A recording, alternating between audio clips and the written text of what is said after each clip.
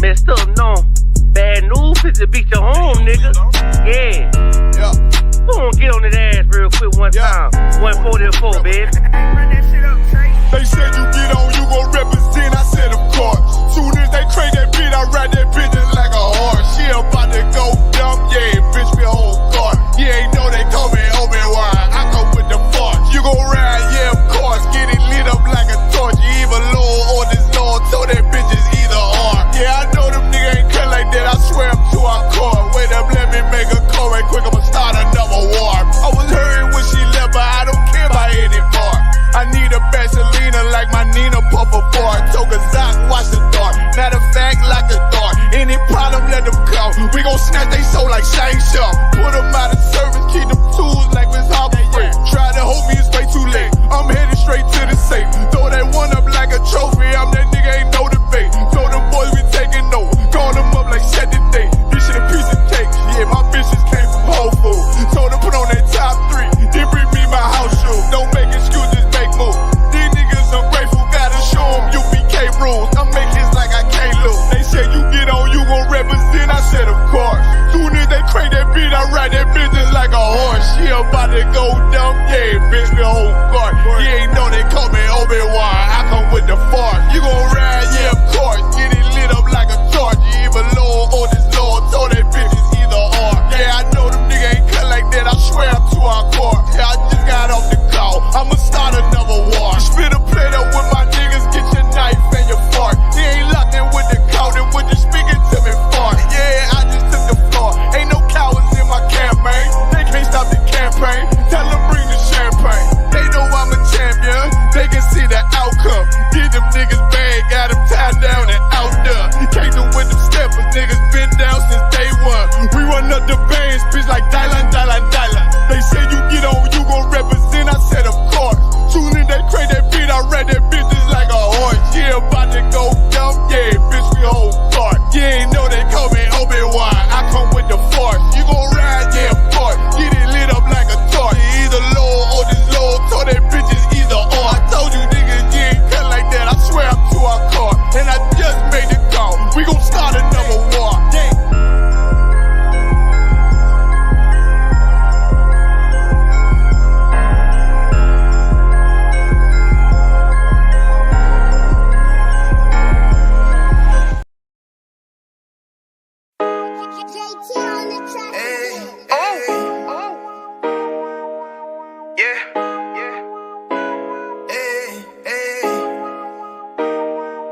You boy. You know what time it is, nigga. Better watch how you step in. Yeah. But that was my niggas. Yeah.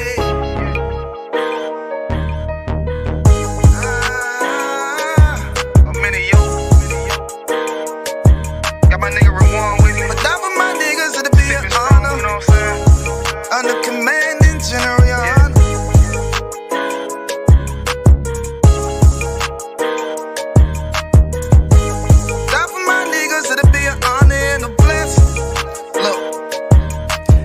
Straight off the top, I love all of my niggas. That shit ain't gon' stop till we on top and we ballin', my nigga. We be fly as fuck, you know them bitches be stalking my niggas. That shit'll never change and it's the same with all my niggas. City to city, I should be at home. That's what my ribs say. But bitch, I'm grown, I'm in these streets and closed caption. Niggas know we bout that action. If a nigga play with me, then my Hakim gon' let him have it. Hey, think you the shit, this truth the shit. Nigga play, I let that Ruger hit. Get on them tracks, they be like, who is this? I'm rude with it. Ain't got no manners. All them pussy niggas talkin' shit. Yeah, I know they can't stand us, but we U.P.K, Louisiana, bitch, that's what I'm reppin'. And my niggas solid, number real ones in my section. If you wanna get down, put your boots on, start steppin'. Brotherhood is a weapon. Brotherhood is a weapon. Better watch how you steppin', cause brotherhood is a weapon. If I die for my niggas, it'll be an honor and a blessing. Better watch how you steppin', cause brotherhood is a weapon. Brotherhood is a weapon. Better watch how you steppin', cause brotherhood is a weapon. If I die for my niggas, it'll be an honor and a blessing. Better watch how you steppin', cause brotherhood I lay my life down right now for all my sisters and brothers, because I love them, I see them dapping and hug them. It's amazing to see how well we adapt from the struggle. Born again from a life of sin, trapped in the gutter. My mind frame was to kill my own kind. Feeling inferior, waking up ready to die. Run with them killers, so it's just a matter of time. For why take your life or let you take mine? That's when I realized the slaves killing slaves while the white man live to get old. We in them graves, the shit got me feeling played. I opened the Bible, went through them records, found out we was royalty, a nation to be respected. But in this world we rejected, we hated for our complexion. Still fighting to get accepted, we hear the truth and reject it. But love is getting corrected, and all my niggas correct me. The commandments, the foundation we erected. Brotherhood is a weapon. Brotherhood is a weapon. Better watch how you stepping, cause brotherhood is a weapon. If I die for my niggas, it'll be an honor and a blessing. Better watch how you stepping, cause brotherhood is a weapon. Brotherhood is a weapon. Better watch how you stepping, cause brotherhood is a weapon. If I die for my niggas, it'll be an honor and a blessing. Better watch how you stepping, cause brotherhood is a weapon.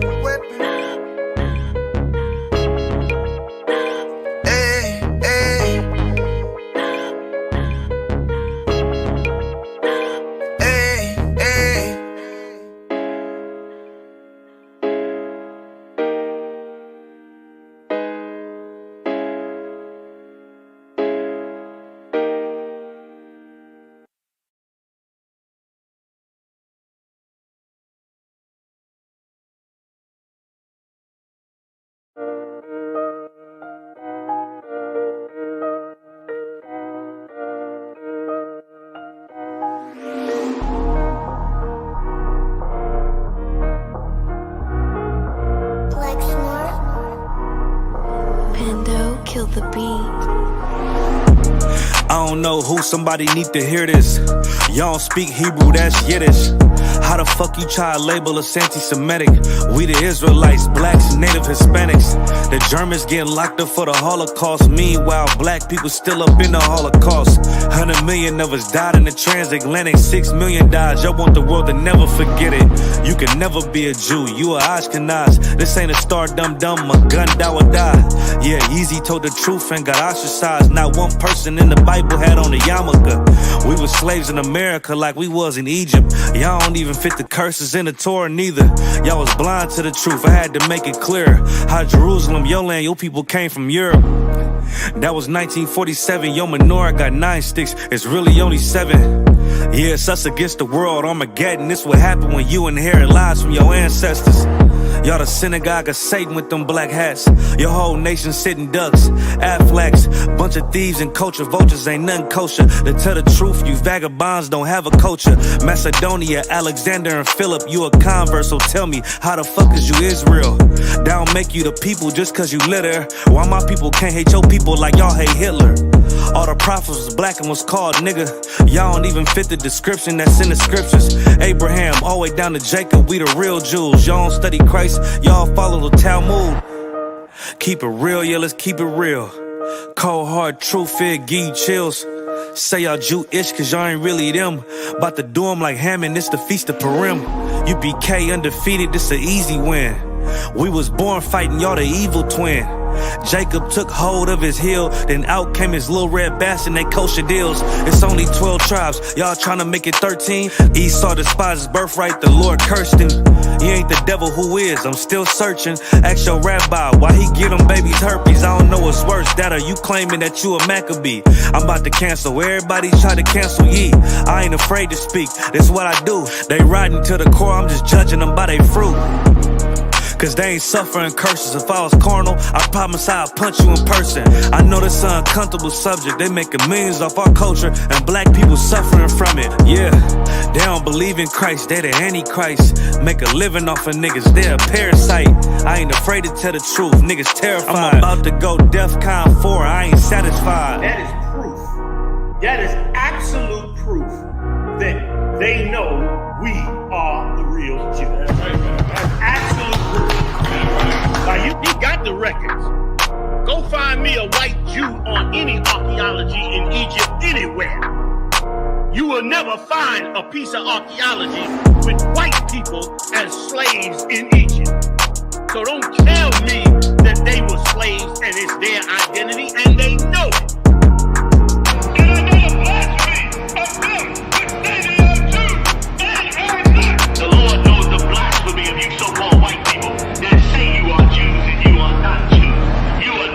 people of the law. You are not God's chosen people. God's chosen people are living in the ghettos of America. God's chosen people are in poverty and depression in the streets of America. God's chosen people are walking around in America with no identity. That's where God's chosen people are.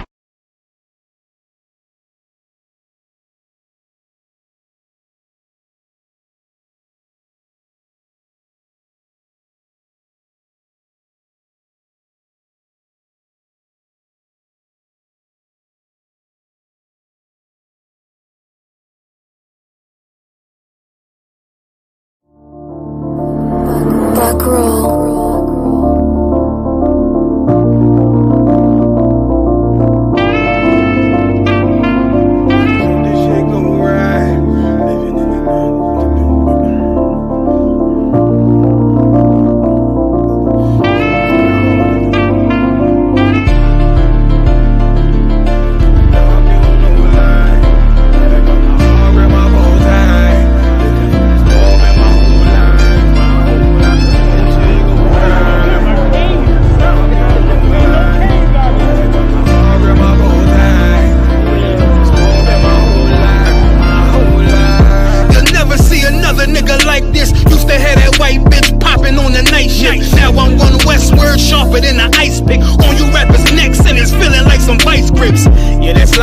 Send my bro a kite quick. Ties of war, we ain't forget about you. Keep your light lit. Rappers can't see, most of them scared to witness. Go on, close your eyes, there's one right here for the trenches. Bad bitches, natural hair or extensions. Hood niggas that'll poly grip like some dentures. Brothers on them fences, 23 and 1 out. Praying that that commissary hit before it run out.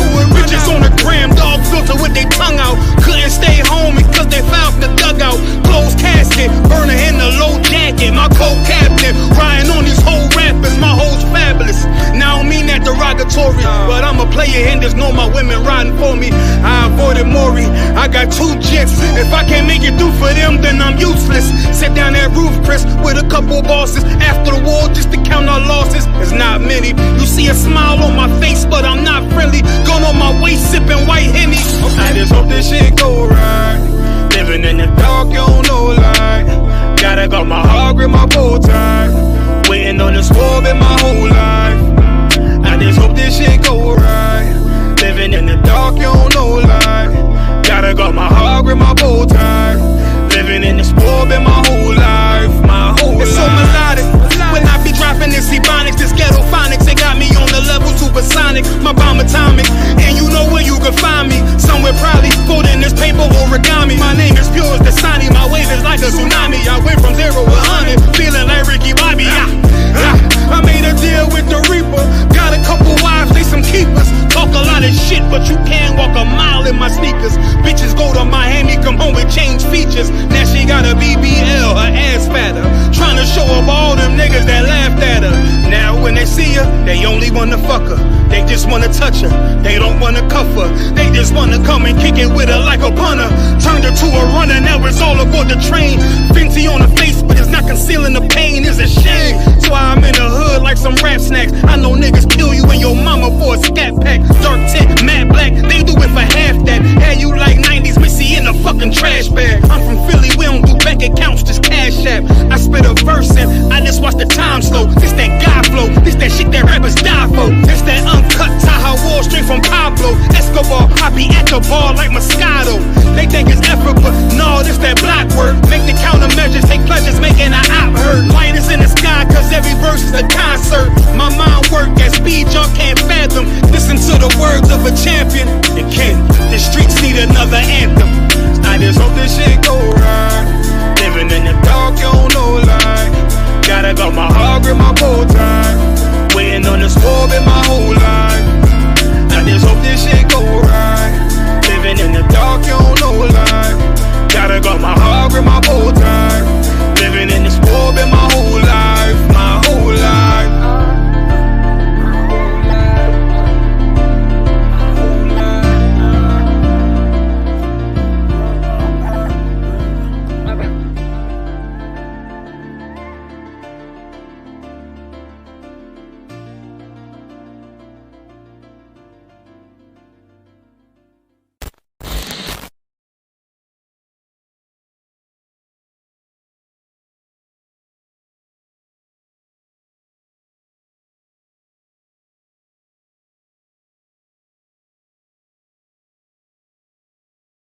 If it's too wild. Concept, it's too wild. We on now? We on now. All right, let's stop it up. Yabs and Shabrak Yah Shemalata Basham Yah Shai to all the brothers and all the sisters. Rocking out DC scripture breakdown class live. As usual, I.S.U.P.K, no affiliation, home of the truth. We're going to do this thing day in and day out. Scripture breakdown tonight. Anybody have any questions? Please raise your hand or type the questions in the chat. Tonight we're going to go into that Ruby Ridge and or Ruby it's like a Rebel Ridge. Ruby Ridge is a little girl that Ruby Bridges is a no, not Ruby Bridges. The other one, the one with Waco, Texas. Like what started Waco, Texas, was originally started in a place called Ruby Ridge, where some ex-military people went off the grid, and the FBI somehow tied some gun shit to them. Went up, they kill everybody. That really is what kicked off that whole thing in Waco, Texas, and the Oklahoma bombing. Right, so Ruby Ridge, Rebel Mafia, Rebel, whatever. Yeah, I mean 144 the Rebel. Yeah, we did rebelling it up tonight. Yeah, I mean, and we're gonna get it in. You all give a one if the audio is clear. Please give a 1 if the audio is clear. Boom.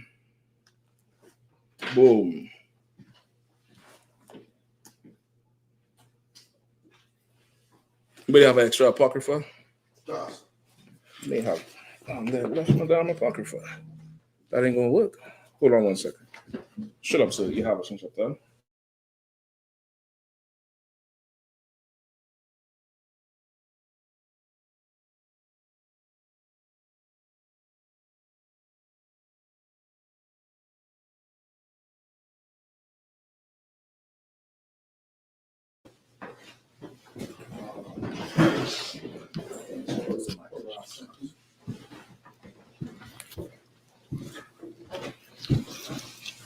We about to learn about Rebel Ridge, but before that, I want to say the white man is the devil that the Bible speaks of.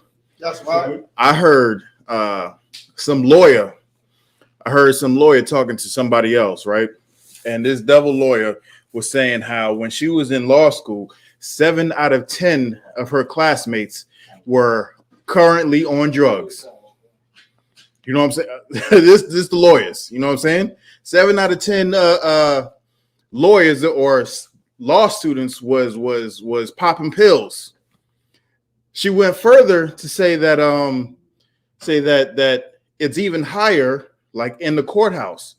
And the reason why she said that because one of her friends is an ER doctor. You know, people who have like this higher education. Runs around with same type of friends and whatnot. Their peer groups. So she had an ER doctor, and she says the top 3 people who are in there for committing, can I say the those people who do themselves.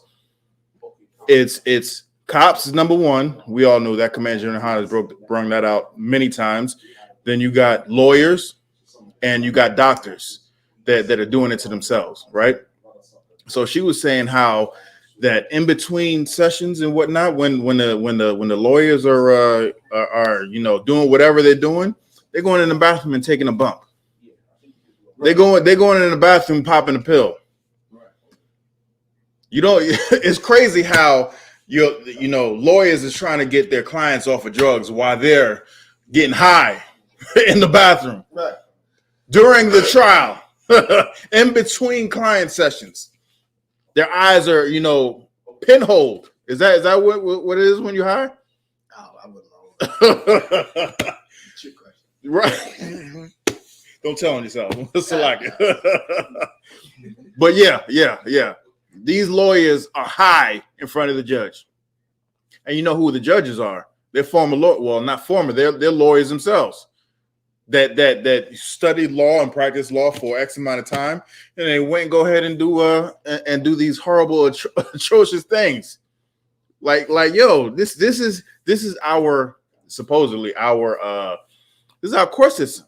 The people who we're depending on to either keep us out of jail or get us up out of jail or pass judgment on us.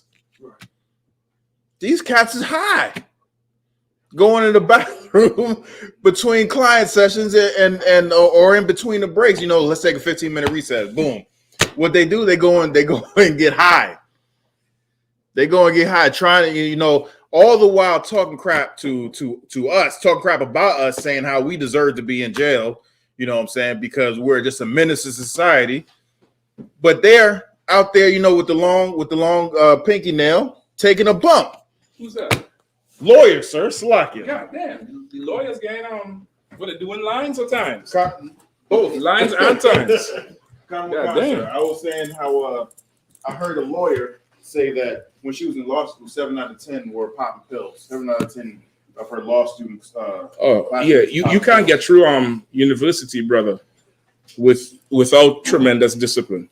Like part of getting a degree is getting high. It's being an addict. And when I say getting high, I'm including alcohol too, because a lot of people become alcoholics in college and think they're not a cokehead when they just chose liquid versus powder. You get the point? To get through them things is, after a while that coffee don't work. After a while, you immune to the brown powder. You got to get that white powder for that buzz out. Sometimes people take that coffee in the morning and they're like, this is just what I needed. After a while, that shit hit you like, a puppy. You need something stronger because you got to ace this test. You're working on your GPA. You're trying to go from cum laude to magna cum laude. That's what you're trying to get. You're trying to get that yellow rope around your neck so you could get into some fraternity or some shit, and you're not really an addict. You're not like one of them niggas who just getting high. You doing this for the greater good. So you're going to snort some like, oh, yeah. Woo. And you're going to go ace that test out. And pretty soon, every stressful moment in your life needs a line. You need a draw. You need a draw somewhere. You need a draw before you go sit on that bench. You need a draw before you see your client. Hell, that cop needed a draw before he pulled over Tyreek Hill. He for sure needed a draw. He's like, oh, that's cheater. No. He needed it. He had to have it because it was too stressful just to pull a black man over in a big black car. It was just too stressful for him. So that's where it comes down from, Marcus. The drug addiction is American culture. It's European culture. That's part of the life. It's part of their thing, even in their religions. Not so much the Catholic and the Christian. When you go in the old pagan religions, it's always drug infused. It's always drug infused. Go ahead. After watching like cop movies and stuff like that, when I was younger, jump outs told us before they come jump out on us around our way, they listen to Biggie Smalls, Niggas Bleed. You know what I'm saying? To try to put them in the mood. I mean, put them in the mood. Picture me being scared of. You know what I mean? Picture me being scared of because they're really scared of. So they need some speed. They need some speed to get them right, and it's just part of how they do. You know what I mean? I ain't saying every single person, but don't think it something strange that this is how they operate. You get what I'm saying? They definitely. It's part of the culture. It's damn near part of the culture. Yeah, you get what I'm saying? It's part of the culture. Go ahead. If I could. And then she went on to say that even when they're out of school, just like you're saying, whenever they have a stressful moment, they need a bump. Even out of school, they in between breaks or seeing clients in the courtroom, they'll take a bump. They'll go and take a line or pop a pill. Yeah, I mean, listen. That lawyer ain't any true talk.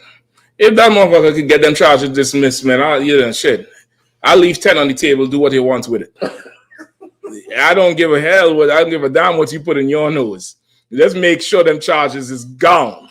Right? You get as high as you want, get high, most high. Once them charges is gone, whatever. Go ahead. Slugger, since you say that, have you heard what was going on with the brother who what's the singer who shot Tory Lanez? Okay, what's going on with him?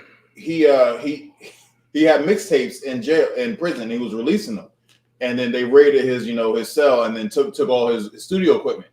Well, they're saying he had permission to do it, But the reason why they took it was because he the proceeds that he was getting from it, he was helping other inmates get law help and reopening cases. And some he had to pay the right person. You know what I mean? I ain't up here telling you to go bribe people. But in a situation like that, you're already in there doing whatever. You know, permission ain't, you know, yes, you can. Permission is a transaction. That's what permission is. It's permission. What's the root word? Permit. Out here, you go to some department and pay for a permit. He's in there. He doing God knows what to do whatever. I get it. But he did not get permitted by the right person. Or his permit wasn't strong enough. So, you know, he had to ensure that. My advice to him is go talk to Vybz Kartel. Vybz Kartel did it for 13 years. 13 years and released #1 tracks from prison, from behind bars. Niggas say he would take the damn mattresses and put it up on the damn wall, on the bars and the walls to help soundproof the shit and speak into an iPhone and send the thing in 100 voice notes over WhatsApp to some producer who is like a damn witch at this point and put the damn song together. Everything you've heard from Vybz Kartel since what, 2011 or 2012 was recorded in jail. He need to go talk to Vybz. Go talk to the teacher. He learned a thing or two. You know what I mean? I can't help him there. Yeah. This is the problem with it. None of them proceeds was permitted to the tithes of the UPK. Them proceeds could have come into the UPK and he'd have got a permit from the Lord to do whatever he needed to do. Right. You know what I mean? So, you know what I mean? Crack lawyers and no permits. What do you want me to do? You know what I mean? Y'all need a government. Y'all need a proper government. All right. So,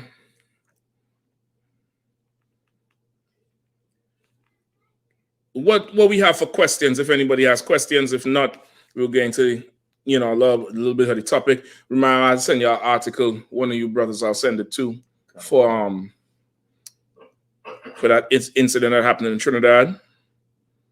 Okay. There's no questions online. We got ones, and Matthias one. Okay, Musa and Craig, Yabson Chapter. Hey, Shalom, Yabson. All right, please. So you say the audio is too wild. If you all get any issues with the audio, let me know. All right, you killed this one? Concert. Yeah. That'll work. Okay, any questions in the room? Let me know, all right? Just raise your hand. Let me know what you need broken down or refreshed.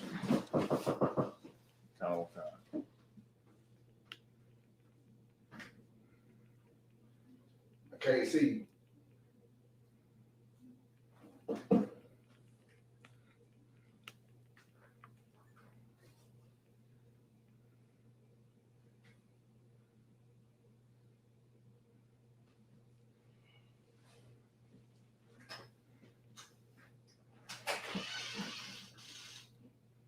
Can't see. Oh.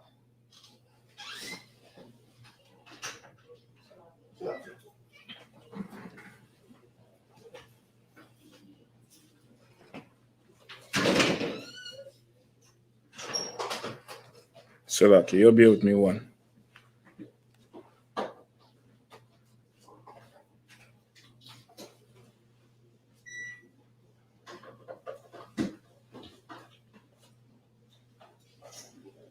Okay. All right, so what we dealing with? You're good. You know the Bible. You ain't got no questions. And you're just coming here. Y'all got Netflix and Amazon for this shit out. Yeah, y'all ain't just about to come and sit on here and just watch me do something. What's going on with y'all? Mafia has a question. Come on, Mafia. Yeah, come on, sir. Salaki. Concerning personal relationships, you know, when they go with the when people come with the personal relationships, other than 1 John 2:3-5, is there any other cornerstone scriptures for that? Okay, what do you mean personal relationships? What do you mean? You know how most Christians be like, I got a personal relationship with Christ or Christ or God. Okay. Is there some other cornerstone cuts? Okay, 1 second. So you asking about how to say, some people say I have a personal relationship with God, or me and this person's personal relationship. You asking if there's other scriptures besides, say it again, say the one where you are. 1 John 2 verse 3 through 5. 1 John 2 verse 3. All right, somebody grab that for me.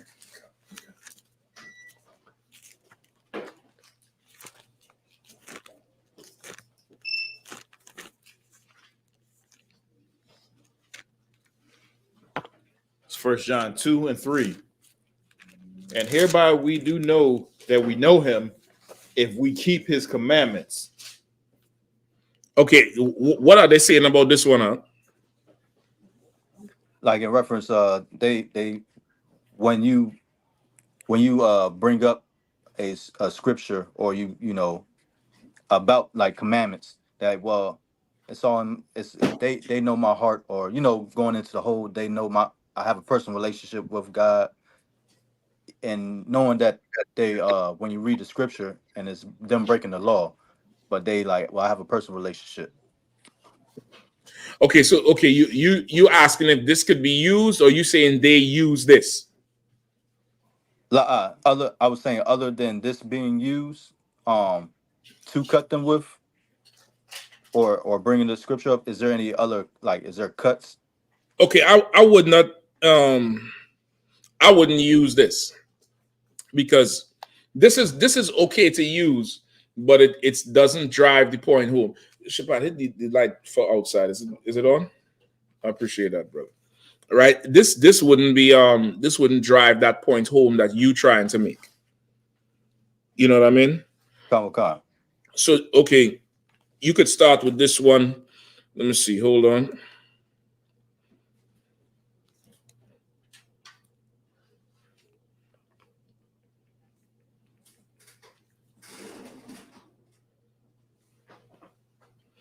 Give me 2 Peter 1 and 20. Also give me Genesis 4.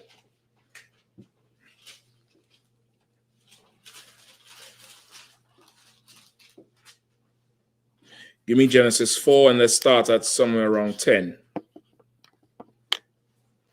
All right. And then 1 Corinthians 11 and 3. All right. Let's start with those. Which one do you want first, sir? The one in Peter. What kind? This is 1 Peter chapter 1 verse 20.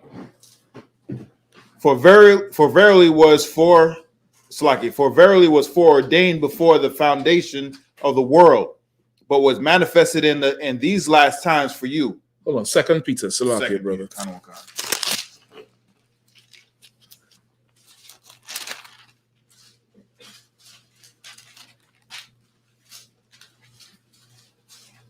Second Peter chapter 2 and verse 20. For if after they have escaped the pollutions of the world through the knowledge of the Lord our Savior Jesus Christ, they are again entangled therein and overcome. Hold on, I think I gave you the wrong one out. Hold on.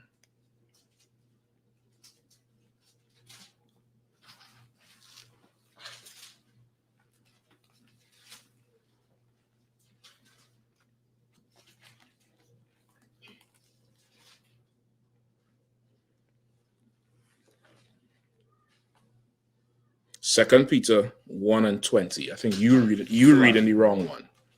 You found it now? Peter 1 and 20. Second Peter 1 and 20. All right. Knowing this first, that no prophecy of the scripture is of any private interpretation. Read this again. Knowing this first, that no prophecy of the scripture is of any private interpretation. All right. So that's the one I would start with, Matthew. All right. And it says, knowing this first, there is what? There is that no prophecy of the scripture is of any private interpretation. There's nothing in this Bible that's private, of any private interpretation. You get the point? So for people who have a personal relationship with the Lord, a personal relationship is what? Private. there's nothing private about serving the Lord. Right. There's nothing, closed up and a private relationship and all that. You wouldn't have a private relationship with your husband or your wife, but you want to have a private relationship with the Lord. That's not biblical, right? There's no private interpretation of the scriptures, and knowing the spirit of the Bible. There's nothing that's private in the Bible. There's nothing. There's none of that. You get the point? Go ahead. Khan. Verse 21. No, you read the whole thing? Khan. Read it one more time. Khan. 2 Peter 1 and 20. Mm-hmm. Knowing this first, that no prophecy of the scripture is of any private interpretation. Right? There's no private interpretation. That's the first thing. This is not a personal one-on-one thing. This is not that. This here is a kingdom with a government. It's like a nation with a government, and it's not there's no citizen in America that has a private and personal internal relationship with the Constitution. That's just ridiculous. You get the point? Everybody is a citizen of this empire and serves the empire according to what's written in the Constitution. This is our Constitution. There's nothing you do privately that's not done by somebody else. This is not a love story. It's not some dating app you're on. This is not that, right? So this is where I would start, Mafia. All right, then I would go give me Genesis 4.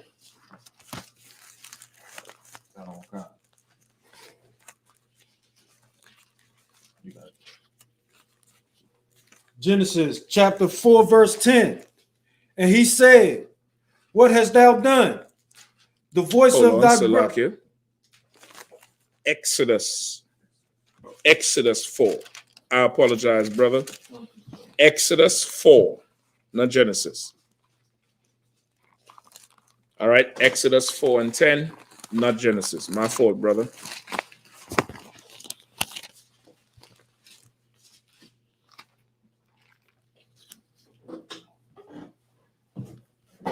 Exodus chapter 4 verse 10.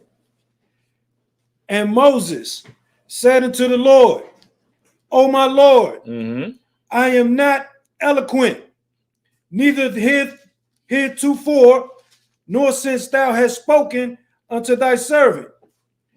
But I am slow of speech and of slow tongue.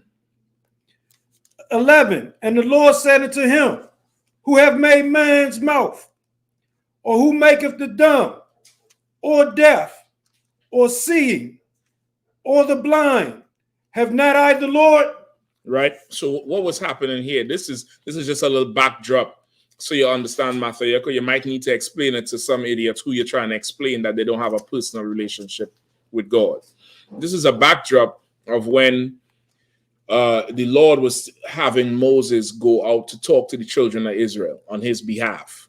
Moses was nervous about doing it. Moses was not confident about doing it because in his mind, he was not a great speaker, right? He was not in Moses' mind, he was not gifted with speech. You know what I mean? And, he said, I'm not an eloquent speaker. Where we at, 4 and 10? Right?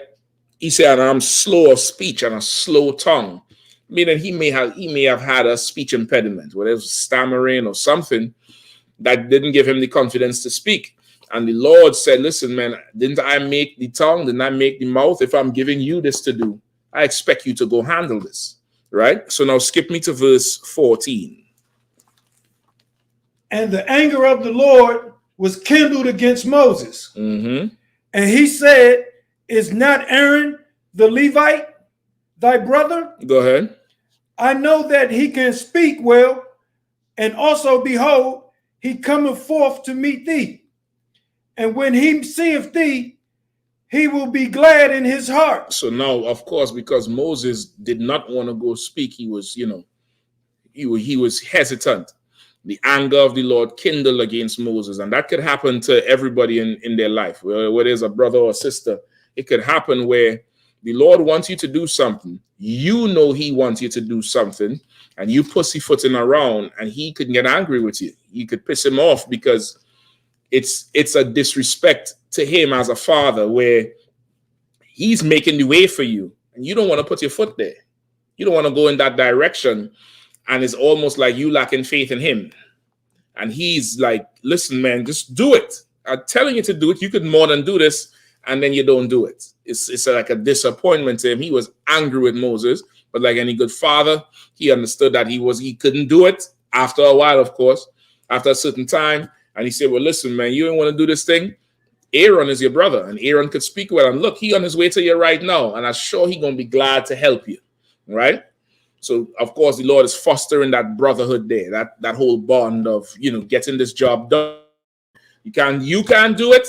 I'm going to give you somebody to help you do it, right? Keep reading, 15. And thou shalt speak unto him and put words in his mouth. And I will be with thy mouth and with his mouth, and I will teach you what ye shall do. All right. So the Lord said, read it again from the top. And thou shalt speak unto him and put words in his mouth. Okay. And I will be with thy mouth and with his mouth, and will teach you what ye shall do. All right, Matthew, break it down for me. Come, sir. So basically what's going on is the Lord is sending Moses to do a job, and the same thing that he's going to speak that the Lord has had him speak, Aaron's going to speak the same words. So there's no confusion, there's no private interpretation when they speak to the congregation. So, okay, yes and no. He said, the Lord said, you will speak unto him, meaning Moses will tell Aaron, right? You following that part? Come. And put words in his mouth, so he's going to tell Aaron what to say. And with his mouth, and will teach you what ye shall do. So it's like a chain. The Lord tells Moses, Moses tells Aaron, Aaron tells everybody else. You understand? Come. Okay, so there is a one-on-one relationship somewhere here. There is a one-to-one. Where is it, Matthew? The Lord and Moses. That's it. And Salaki. And from Moses to Aaron. That's it. Everybody else get it as a news bulletin. Everybody else get it like a blast, like 7 p.m. news, like an Instagram post. But the only one-on-one conversations happening here, and it's not even a group. The Lord ain't talking to two of them. The Lord ain't talking to you, you dumb nigga. The Lord is not talking to you. Why would he talk to you with your cigarette mouth? And yeah, not you, of course, Matthew, just for everybody listening. But whoever is that fool who think they're so special, they talk to the Lord directly. He's not talking to you. You was rubbing a crystal last week. You was rubbing this crystal thinking you could improve your chi and your damn chakras last week. Why would the Lord speak to you? Why? He's not talking to you. The Lord ain't talk to Aaron. He recommend Aaron, but he ain't talking to Aaron. He's speaking to Moses, and that's it. Moses speak to Aaron, Aaron speak to everybody else. Keep reading. And he shall be thy spokesman unto the people. And he shall be, even he shall be to thee instead of a mouth, and thou shalt be him instead of God. All right, read it one more time. And he shall be thy spokesman unto thy people. And he shall be, even he shall be to thy Slow down. Read it one more time from the top. So slow it down. You good, but slow it down. And he shall be thy spokesman unto the people. Go ahead. And he shall be, even he. Hold on, read that part again. I want to go over that. Read that first line. And he shall be thy spokesman unto thy people. Was Aaron supposed to be the spokesman one-on-one with a personal relationship? Read it again. And he shall be thy spokesman unto thy people, unto the people. Unto the people. There ain't no one-on-one, nothing. There's no personal relationship with God. Nigga, either you're gonna obey or you're gonna die. That's just it. There's no personal relationship. What you gonna do? You gonna befriend the Lord out of judgment? You're gonna explain to the Lord why you had to get high, why you had to go have sex with that whore. You're gonna explain to the Lord why that abortion was necessary. You all watched that thing last night, right? I come to you. That debate last night, right? I don't know what the hell I was watching. I was watching Interview with the Vampire. I was watching, what's the show with Natural Born Killers? Y'all remember that shit. I was watching Natural Born Killers, Interview with the Vampire, Liar, Liar. I was watching it all in one last night, brother. Where it's like, who could lie the most? They want to give you a license to abort a baby late term. You want to have a personal relationship so you could make the Lord feel. You could try to make the Lord feel what you felt when you was ready to go murder that child. That's why you want a personal relationship with the Lord. Go get a personal relationship with your bank and tell them 10% need to come in the UPK. Go convince them that they need to give the UPK 10% after they don't take tax for the government. And that's what your dumbass need to do. You don't have a personal relationship with God. You really have a personal relationship with yourself because you're selfish. All right, go ahead, Shapat. I always think it as they pretty bold to talk about God talk to them, but they still go out and smoke cigarettes and do this, that, and the third. You know the Lord will kill you. Okay, they don't care. They don't care. What you'll find is that these Christians, they don't believe in God at all. They don't believe anything in God. They really believe in themselves. And that demon that they're living with, so they go and they say they're talking to God when they're really talking to themselves. They're really talking to themselves and making a promise with themselves and making a deal with themselves. And Lord, if you do this, I ain't going to do this no more. And then they let themselves down so they could now go and smoke and be like, Lord, you understand. They self-understand why they're smoking, not the Lord. You get the point? They don't give a damn about the Lord. They don't care. Right? Read from 16 again. And he shall be thy spokesman unto the people. Go ahead. And he shall be, even he shall be to thee instead of a mouth, and thou shalt be to him instead of God. All right. Master, you got to break that one down for me. Come on, sir. So, that's the chain of no. He shall be to thee instead of a mouth, thou shalt be to him instead of God. Break that down for me. That he's going to be the mouth, the spokesperson. Who's the he? Aaron is going to be the spokesperson for the Most High. Nope. Anybody else? Shapat? Salaki, passing the mic real quick. He's saying that Aaron, the problem that you have with your mouth, Aaron's going to be that for you. Aaron's going to be what? The mouth. For who? For Moses. Mathaya, you understand? Come. Aaron don't have no connection to the Lord. Aaron has a connection to who? Mathaya? Moses. And his connection is he's going to be Moses' mouth. Aaron is not connected to the Lord. You understand? Come, sir. Right? Bukwash? Ira Banyamyam says, like, sir, if I may, Aaron is Moses' mouth, and Moses is like the Lord for Aaron. That's it. That's where you get into. Right? Aaron is Moses' mouth. Aaron is not, he does not know the Lord. He comes to Moses to hear what the Lord has to say. He comes to Moses to find out what the Lord wants. He comes to Moses to find out how to obey the Lord. Moses would tell him, and he now will go and say exactly what Moses say.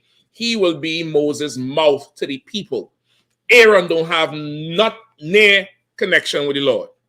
None. Can't talk to him, he can't hear him. If Aaron want to find out what the Lord said, he must go to Moses. Must. That's it. Come on. Just remind me with the one time when the police, I mean not the police, but the people were demanding to speak to the Lord themselves. Yep. And the Lord came down and it was like, nah, y'all. Listen, you go here. Listen, I'll give you one more. Before that, Moses said, "You're sure?" They say, "Yes. You know, we want to talk to him directly." Moses fell on his face. Moses did this. Oh, Lord. Moses fell on his face because he knew what was about to happen. What happened to them? Oh, they got swallowed. Yeah, some of them died. And the Lord spoke. Stop. They heard him. That was the last thing they heard him say. I'd rather not hear a last word. I'll just listen to Command Johnny Han. I don't need to talk. Listen, whatever. I know whatever he says, what the Lord say, and that's fine. I don't need to know you, sir. I don't need to. It's you. Listen, I prefer you don't even see me. Don't see me. Don't look at me at all. I'll just ask Command Johnny Han. I'll ask General Hyman. I'll ask all the generals, all the captains over me when I need to find out what the Lord wants. That I have a relationship with them, or ideally that man who I directly report to. You get the point? That's who I have a relationship with. I don't know anybody else. I don't know anybody. You understand what I'm saying? Like, that's the spirit of it. The Christian church would have you believe that you could just know everybody. And, you know, that'll be that. You not going to talk to Muriel Bowser? Then police just killed some brother the other night. They had a big protest down southeast. Y'all familiar with it? Y'all saw it on TV? They were throwing all them bottles at them damn cops. Cops is out down there out of hand. Some brother he's in the DC shirt. That's what get me out. You know that DC service worker shirt, the blue shirt with the yellow bands and the big DC badge? He's in a car, sleep, with the shirt on. And they blow him away in the car. Like, what? I don't understand this shit. Their explanation is he was asleep in a car, which apparently is a crime if you're black. Meanwhile, they got some white boy up in Montgomery County stealing cars, stealing everybody's car, trying to pass it off like if he black, showing a black figure walking blurred on the TV.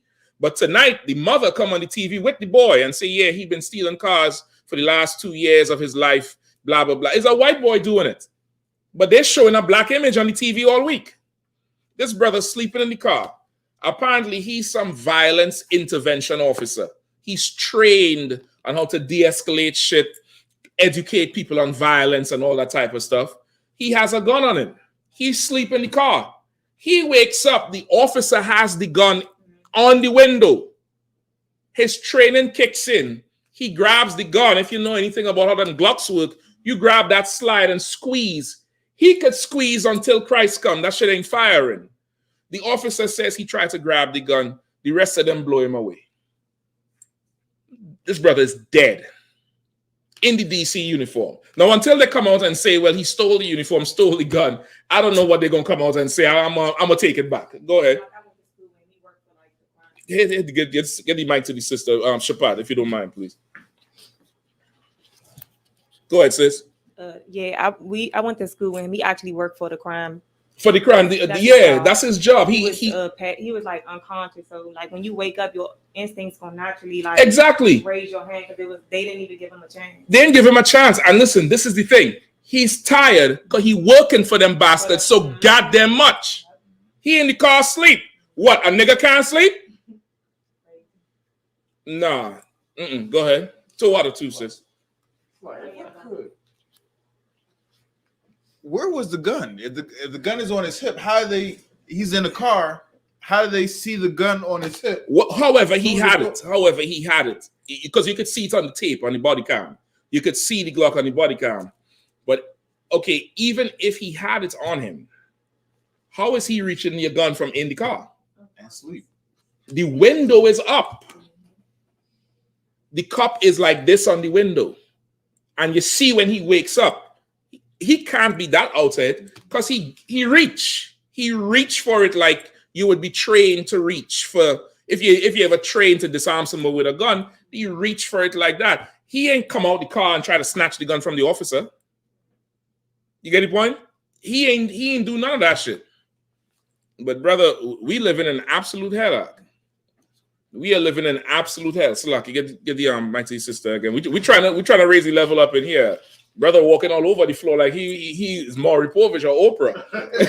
Steve Harvey, Mike Man. Of course, it's just my opinion, but like a week before that happened, one of their officers wasn't even trying. I guess he shot himself and killed himself trying to. Oh, I was gonna skip the story, but since you bring it out, they already was furious that whole week from their officers. Well, let me enlighten you with that one, right? This is what happened. They say a brother is charged. They don't know if they're gonna charge him with the death of the officer because the officer went to retrieve a gun and got killed. They left it vague for the whole week. Mm-hmm. What happened is this brother had a gun on him. I don't know if it was legal or not. The brother started to run. He threw the gun.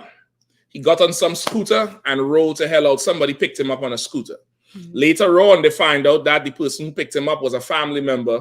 He called the family member and said somebody just robbed him. They beat him up. Come pick him up. The dude just rolled up. He jumped on, rolled out, right?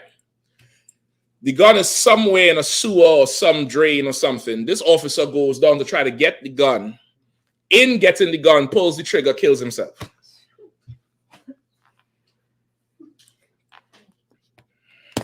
I shit you not. This is the life. Now, of course, it's unfortunate it happened, but you can't continue to paint black people in that light when these oppressors is going in school and just killing everybody. You can't continue to give half truths and half news stories about, some boy and, stealing cars and scooters in Maryland, and it's a white boy.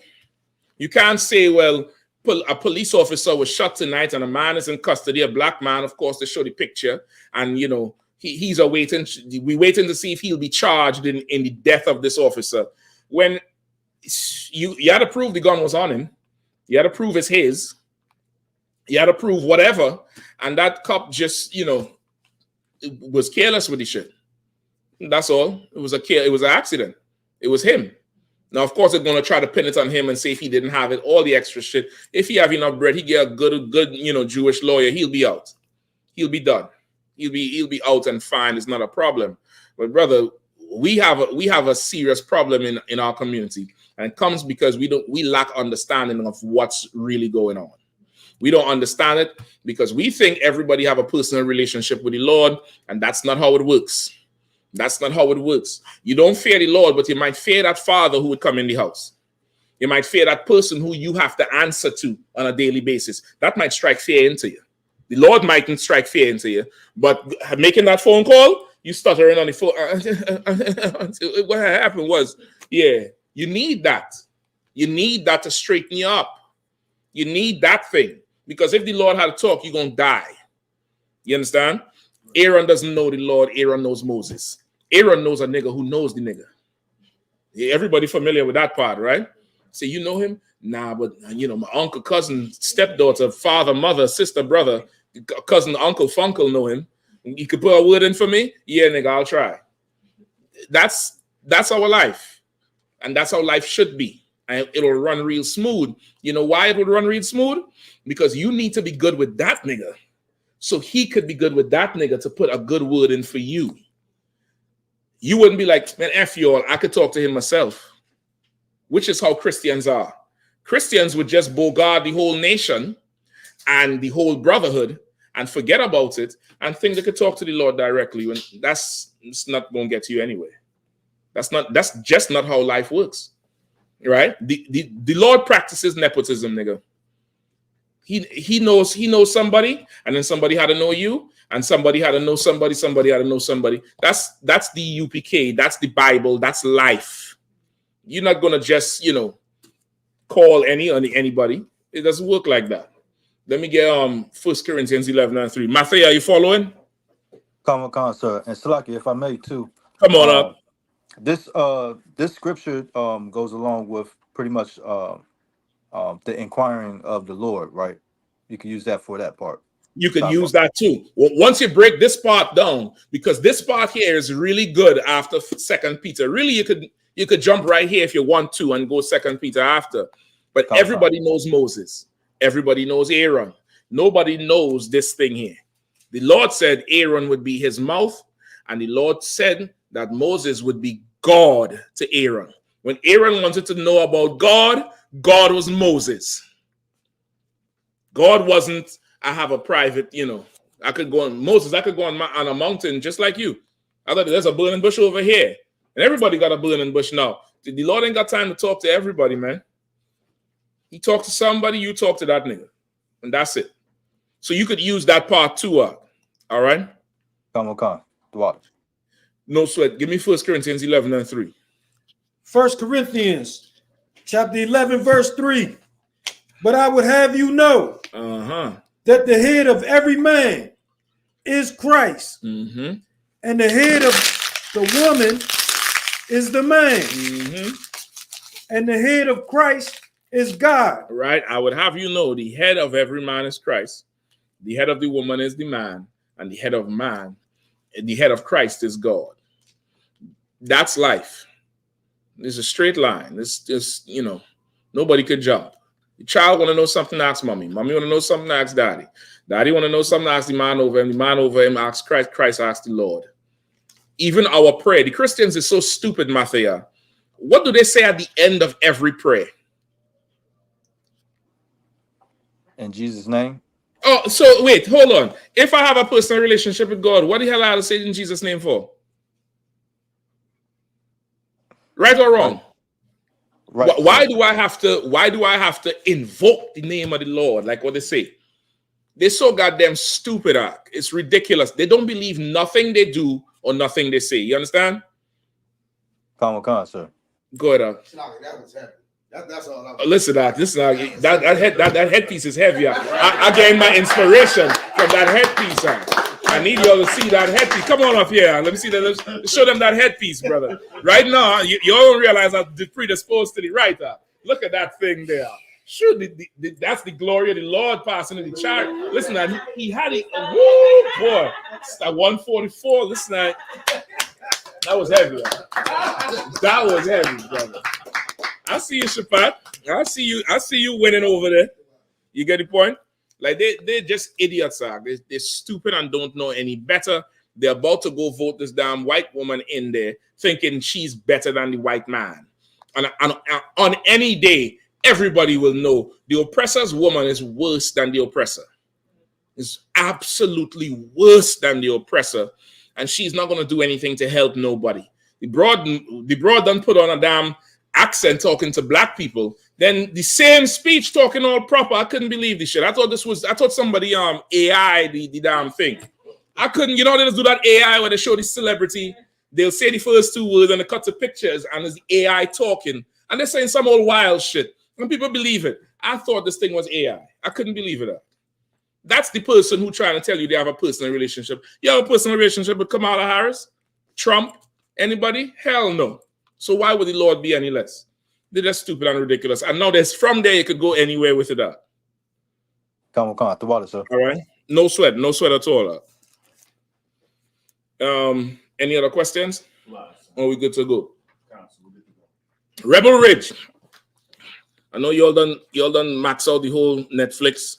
Y'all was coordinating, sharing the damn password over the past week, trying to see Rebel Ridge, right? Because y'all thought y'all was about to see nigger Rambo. y'all thought y'all were about to see a black man kill the whole town and come out on top. You didn't know it was a hook in the damn tail. I knew it from even before I see the damn movie. This was an election movie. It's a movie for the election. Damn near everything you're seeing right now is spun for the election. Even certain police situations right now.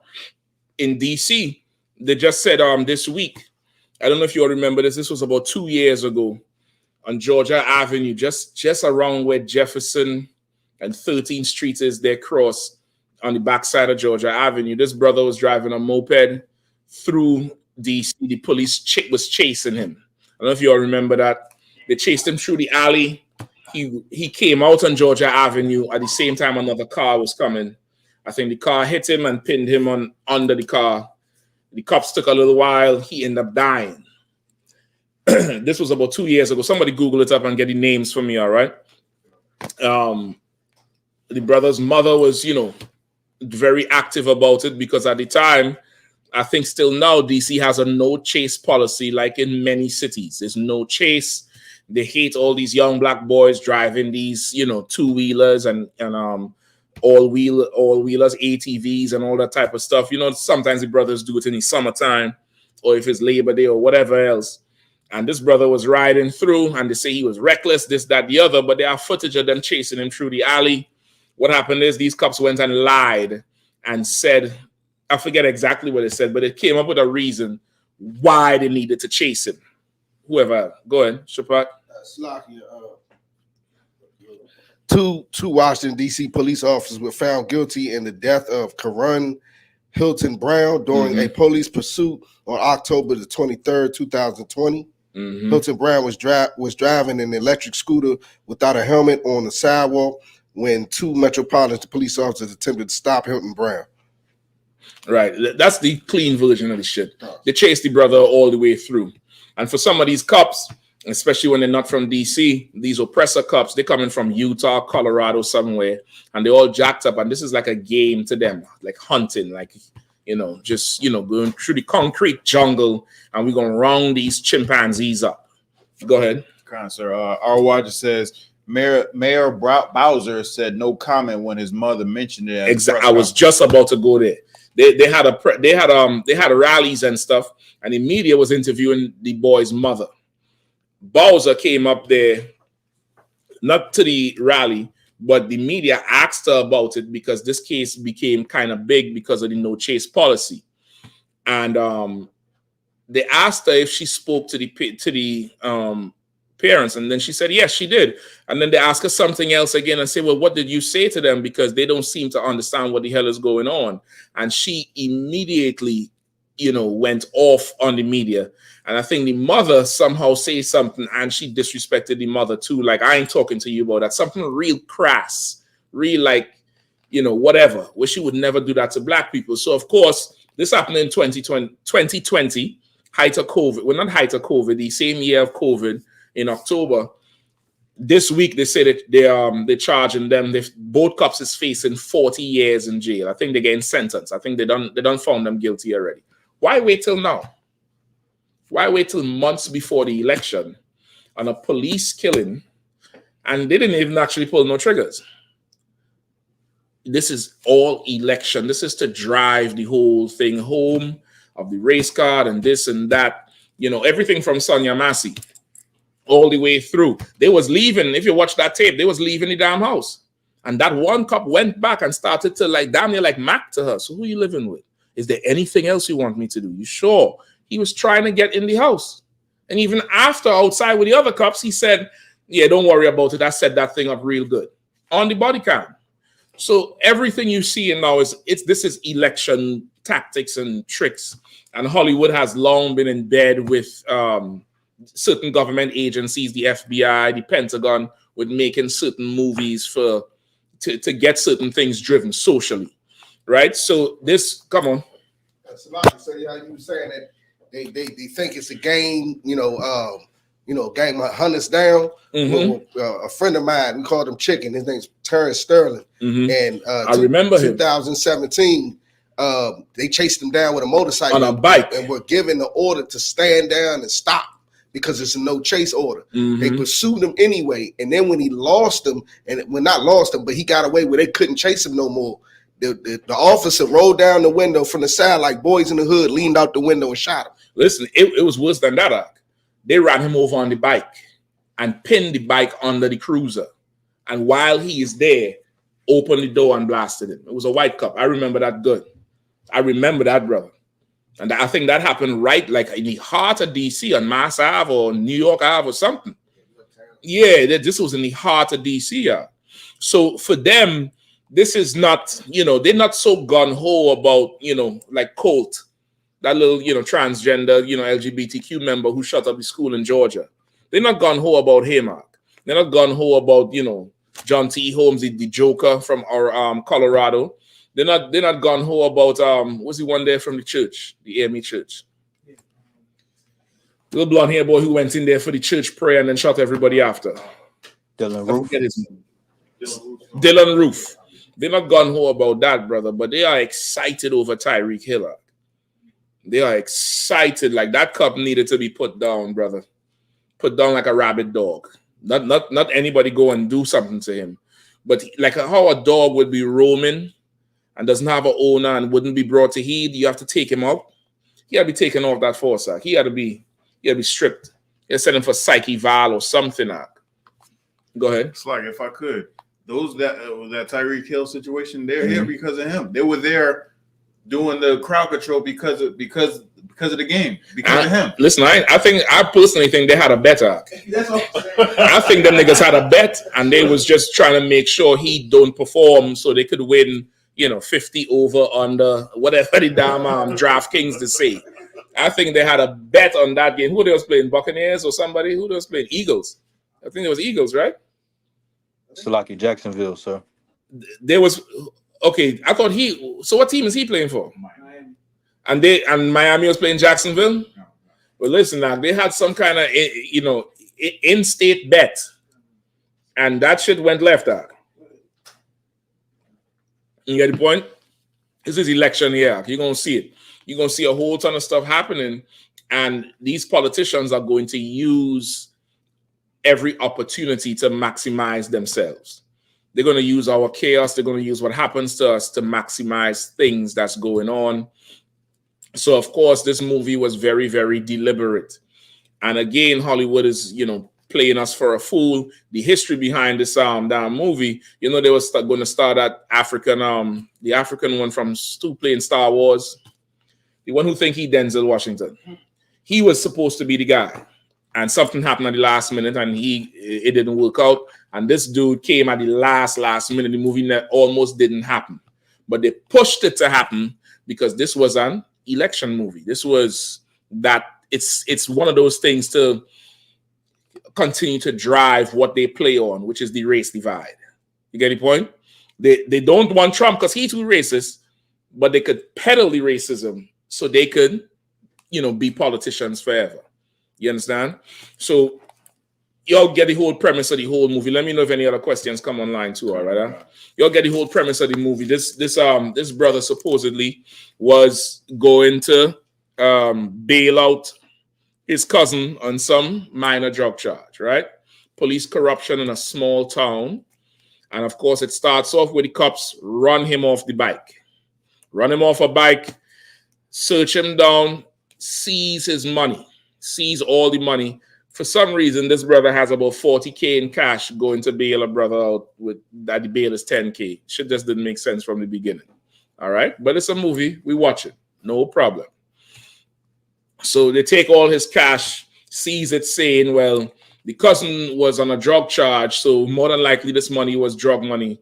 We're going to seize this shit here. If you want to go get the money back, you got to go to court, blah, blah, blah, blah, blah.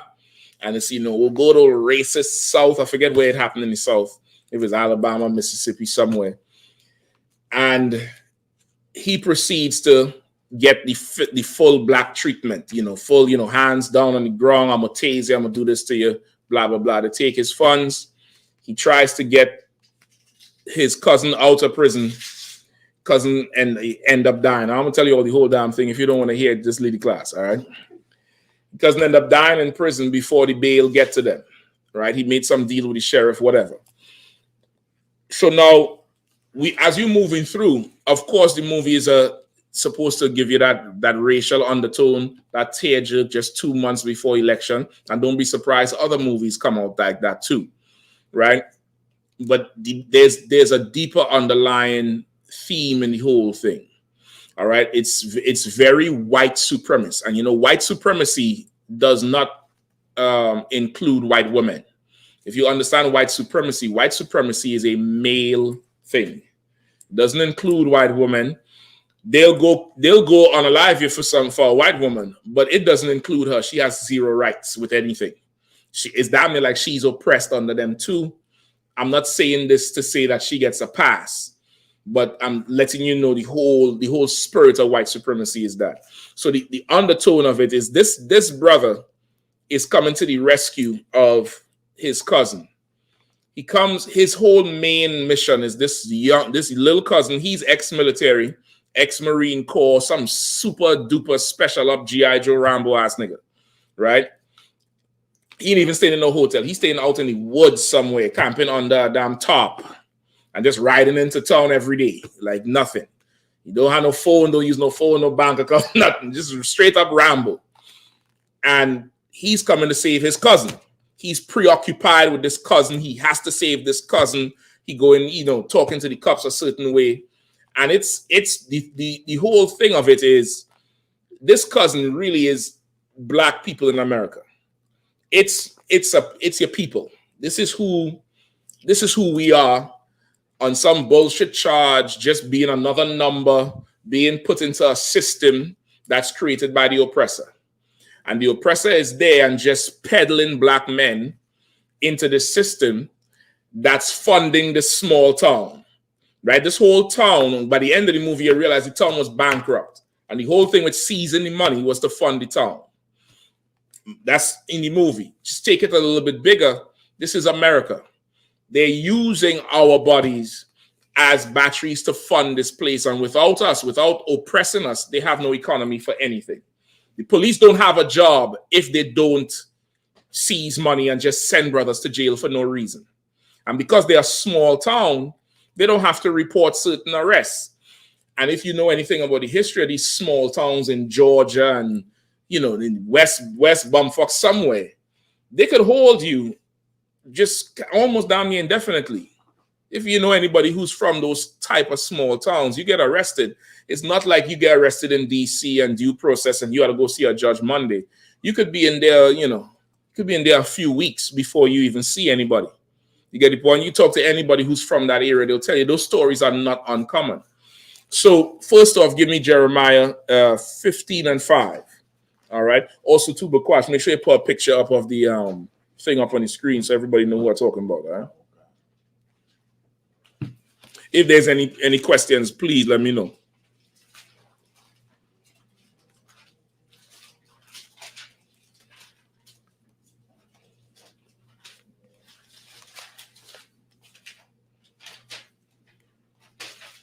Okay. Book of Jeremiah, chapter 15, verse 5. For who shall have pity upon thee, O Jerusalem? Mm-hmm. Or who shall bemoan thee? Read it again from the top. Come, sir. Book of Jeremiah, chapter 15, verse 5. For who shall have pity upon thee, O Jerusalem? Or who shall bemoan thee? Mm-hmm. Or who shall go aside to ask how thou doest? Right? Who shall have pity on thee, O Jerusalem? Who shall bemoan thee? Who shall inquire for how you're doing? Nobody. Nobody is doing it. And the representation for sure, movie-wise, is all your so-called black leaders and activists who always try to come to your aid, in defense of, in the face of the oppressor. But what does the oppressor usually do with these organizations and groups and, whatever else? What do they usually do? Attack what? Your funding. They attack your money, pull your money out from under you, which is why Commander General YAHANNA takes no money from anybody. We do this thing on brotherhood and zeal first before funds even come into the thing. Funds is coming into the thing to damn near seal the damn breaches. It's like grout after you lay tiles. But this thing we build in here, we do this thing without money. We do it without money first. All right, go ahead. Grab the mic just so go ahead so everybody here. Even what Kamashark was saying, even when the I.S.U.P.K is attacked, like here in DC, we were attacked, and then Indiana had a terrorist attack against them. Right. The FBI in Indiana and the police here asked us the same question. We're filing a complaint against someone. We were attacked, so we're filing a complaint. But they asking us, how do you make your money? How do you make your money? That has nothing to do with. Yeah, exactly. That don't got nothing to do with whatever crime was committed. Brother, grab me, my brother. That don't got nothing to do with no crime. But you trying to fight on behalf of your people? Oh, we got to stop your food. We got to stop how you eat. Which is why the UPK, you have to do this thing from the shelter if necessary, from under a bridge. You're gonna have to be ready to do that because your people, brother, is worth more than any money. It's worth it. Money can't stop the train. It can't do it. That's an excuse for the politicians. That's an excuse for, you know, Black Panthers. Lord be with them. I understand they had love for black people and everything, but it can't stop. This thing is way more than that. The white man built America and was driving America forward without money. You go check it out. They was driving America forward without money. John Adams had to go and appeal to other countries to get money and get credit and do all kind of things to bring the money in. But the driving force was something different. And if you're going to have a rule over this oppressor, that thing can't get in your way. That thing cannot get in your way. Now, this is not an excuse to not pay your tithes. I'll pray the Lord break your damn pockets. Fractured. And that was Antonio Brown say, he ain't broke, he fractured. I'll pray he fracture you because you ain't paying tithes. So this is not an excuse not to pay tithes. But the what you see in here is the brother is representing like somebody who is trying to fight for black people, trying to get black people out of a bind that is just too much, too long. And they took his money because they know without the money, he can't do anything else, or he'll do something to compromise himself where he could end up in the same place. Go ahead. Make sure you have the mic. Kind of, sir. So whenever you're ready, there's a question for a breakdown. We'll get, is it on the topic? Because I done started. We'll get to it after. Just hold it. Just make sure we know where it is. All right. So of course, that's the premise of the whole thing. That's where everything starts. So he loses the money. He don't know what to do. So now he goes on to still campaign. He's trying to get his money back. He goes in there, scares them, let them know he's, you know, military this, military that. They had to look him up. They thought he was slight at first. Come to find out, this nigga, he'll kill you with a hairpin. All right. So his cousin end up dying in jail.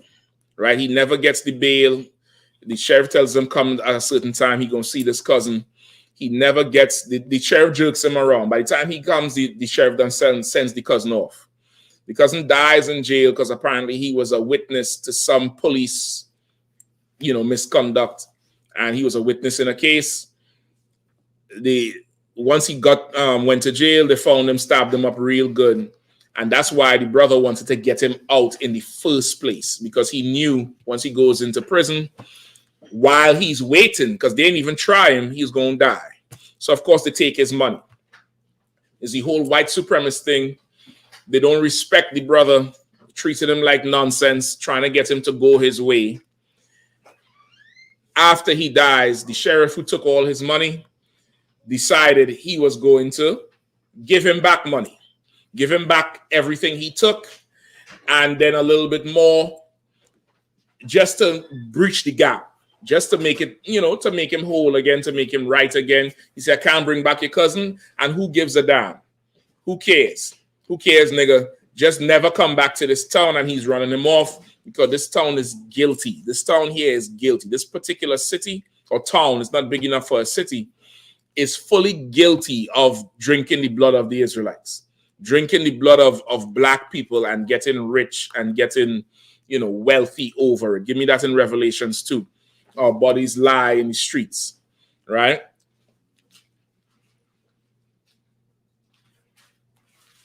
And of course, with Jeremiah, you could put a whole ton of stuff. You could put, you know, Deuteronomy 28 and 68 with that, where it says, you know, you'll be sold to a people far around this way, you'll never see it again, and no man shall buy you. No man shall buy you is an old expression for saying nobody will be able to redeem you from this situation, like with cash. Nobody would be able to pay this debt.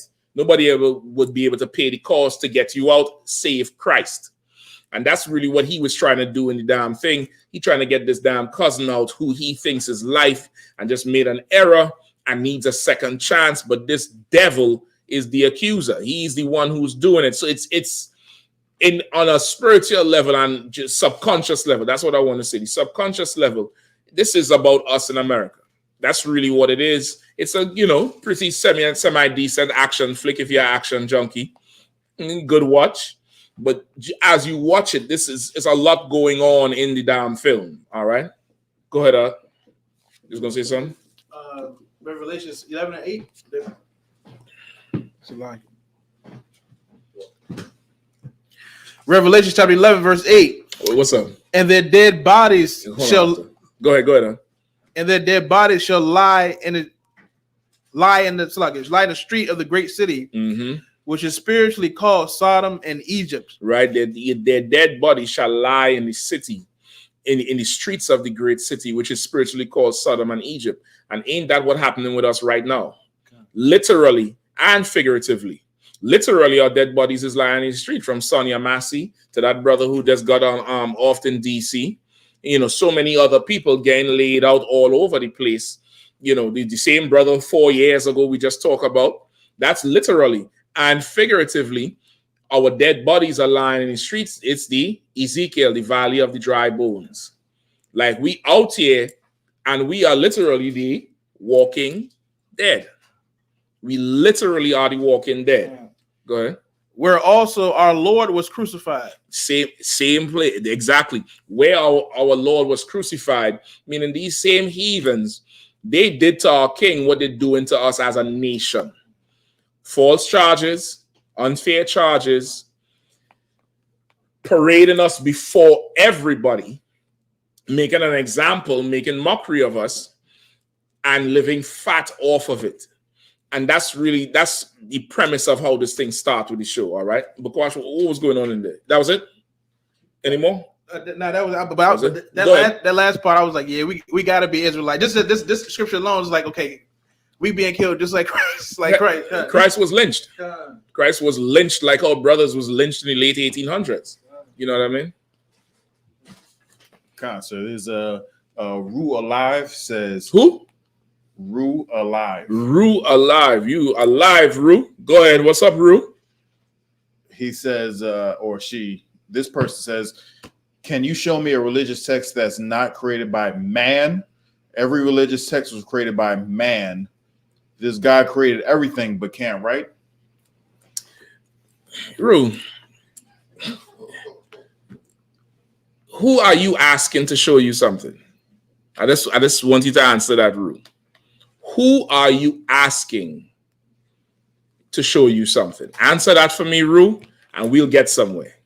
In the meantime, okay, boom. So you see what's going on with Revelations, right? Just let me know when Ru replies, right? Okay. And Ru, you got to state where you're from too. I need to know. All right.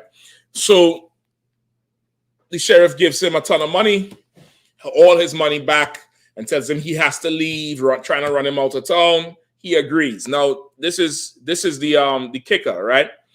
As before his cousin dies, this brother went to the courthouse and met Sally. Sally's, little petite white thing, 5'4", got a little bob cut like she's Toni Braxton. And Sally started helping this nigga, talking real nice to him, old Southern country twang. Talking real nice and helping him out. And they damn near flirting at one point. Damn near flirting. On the flip side, he goes to the police station and his sister is in there. When I say his sister, meaning a black woman is in there. And she's the total opposite of Sally. She ain't loud and rude, but she ain't soft-spoken. She ain't all petite. She's a little on the bigger side, sitting down on the table, typing in the thing. And she listening to him, but she serves the oppressor. And she did not help this brother and could not help him and would not help him. That's America. That's America.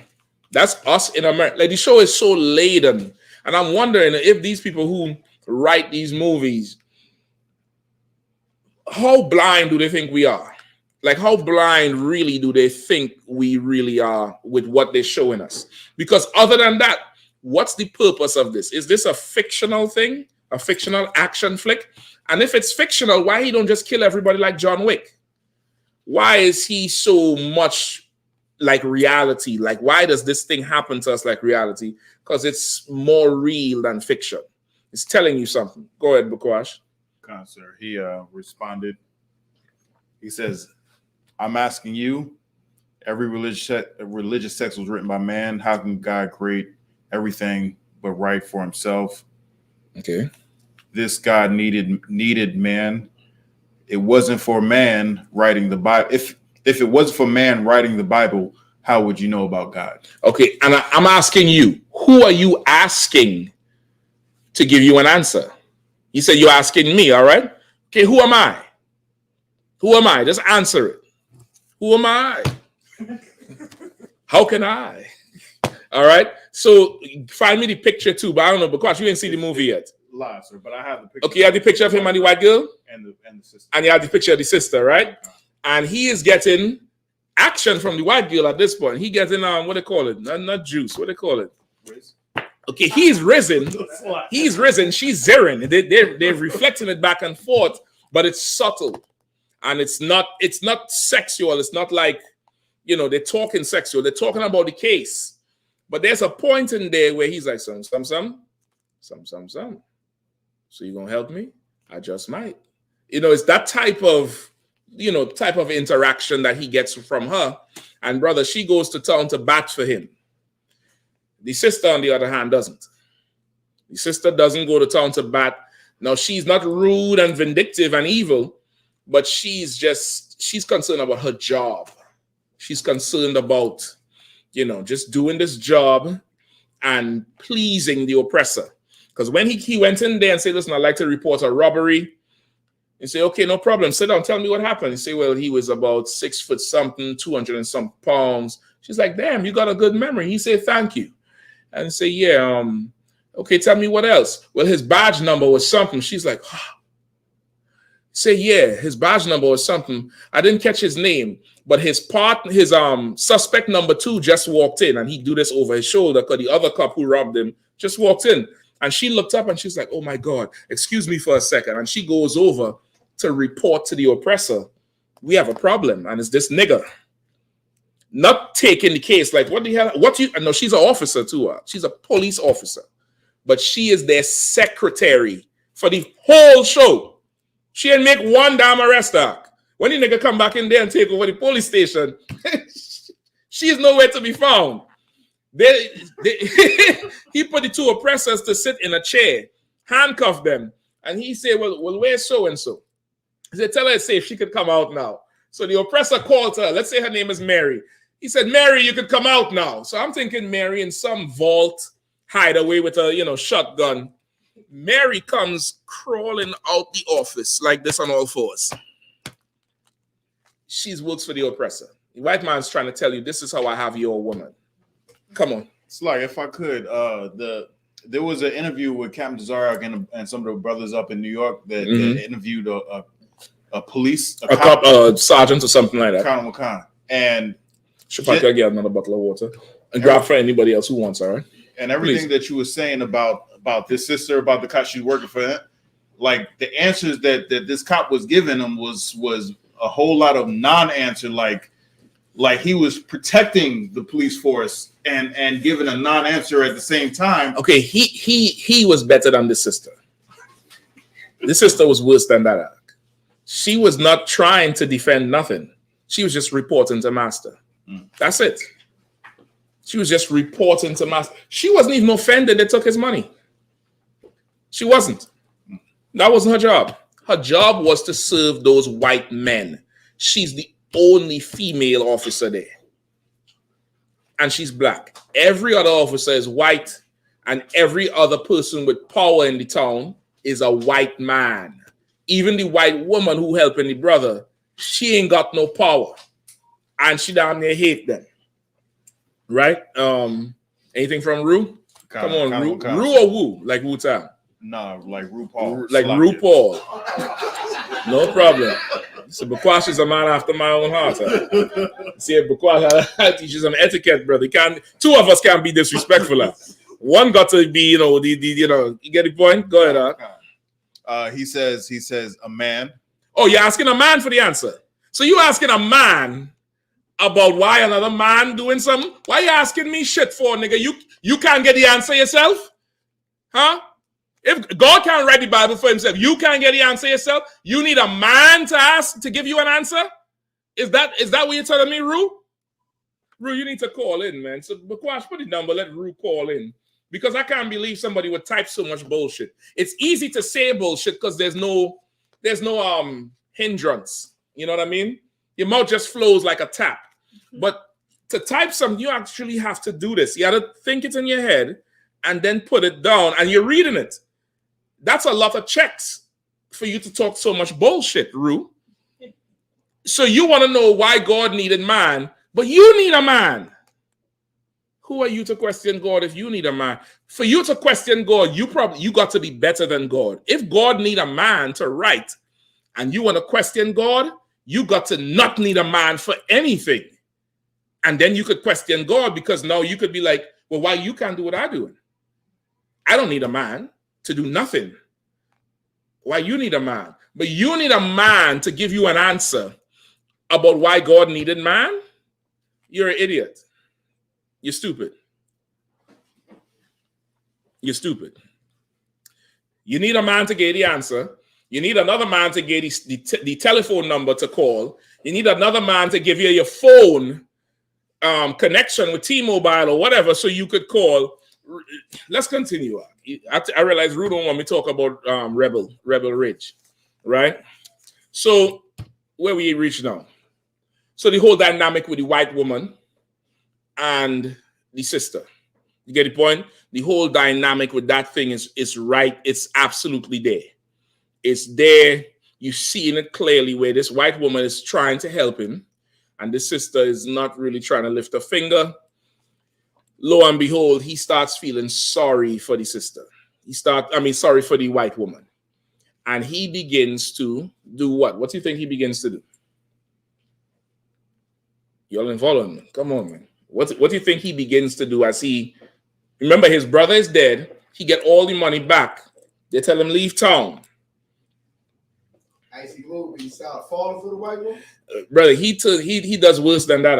I was expecting him to fall for her and try to just, go and tear it up. Go ahead. What am I? He gives her money and try to give her some authority in the town. Brother, he goes back to her, brother, and becomes Superman. The whole movie that you expected him to turn the tongue upside down for his cousin, he turns the tongue upside down for her. But this is not about the cousin no more at this point. This is about her. Apparently she's an old meth head drug addict.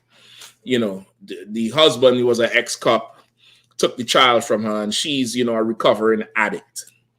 And apparently they found out that she was giving him all the files and exposing what they was doing. So they snuck in her house at night and drugged her up real good.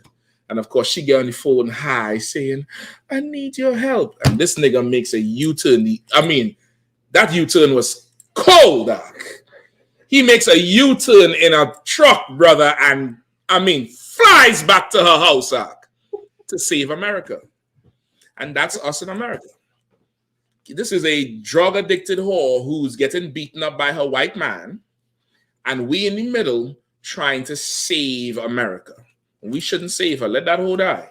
Go ahead, Slugger. He was riding a bike to save his cousin, but drove a car. Well, okay, they gave him a car by that point. The sheriff bought a damn truck for him because he had this mission. Him and his cousin was going to start a business.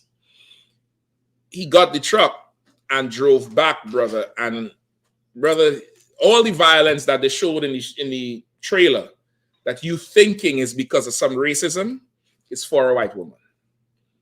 Like every piece of action, you see that part where they show where he grabbed the gun? We grabbed the sheriff gun. The sheriff pulled the gun and he grabs the sheriff gun and looking at the sheriff in the face. All that is for a white woman.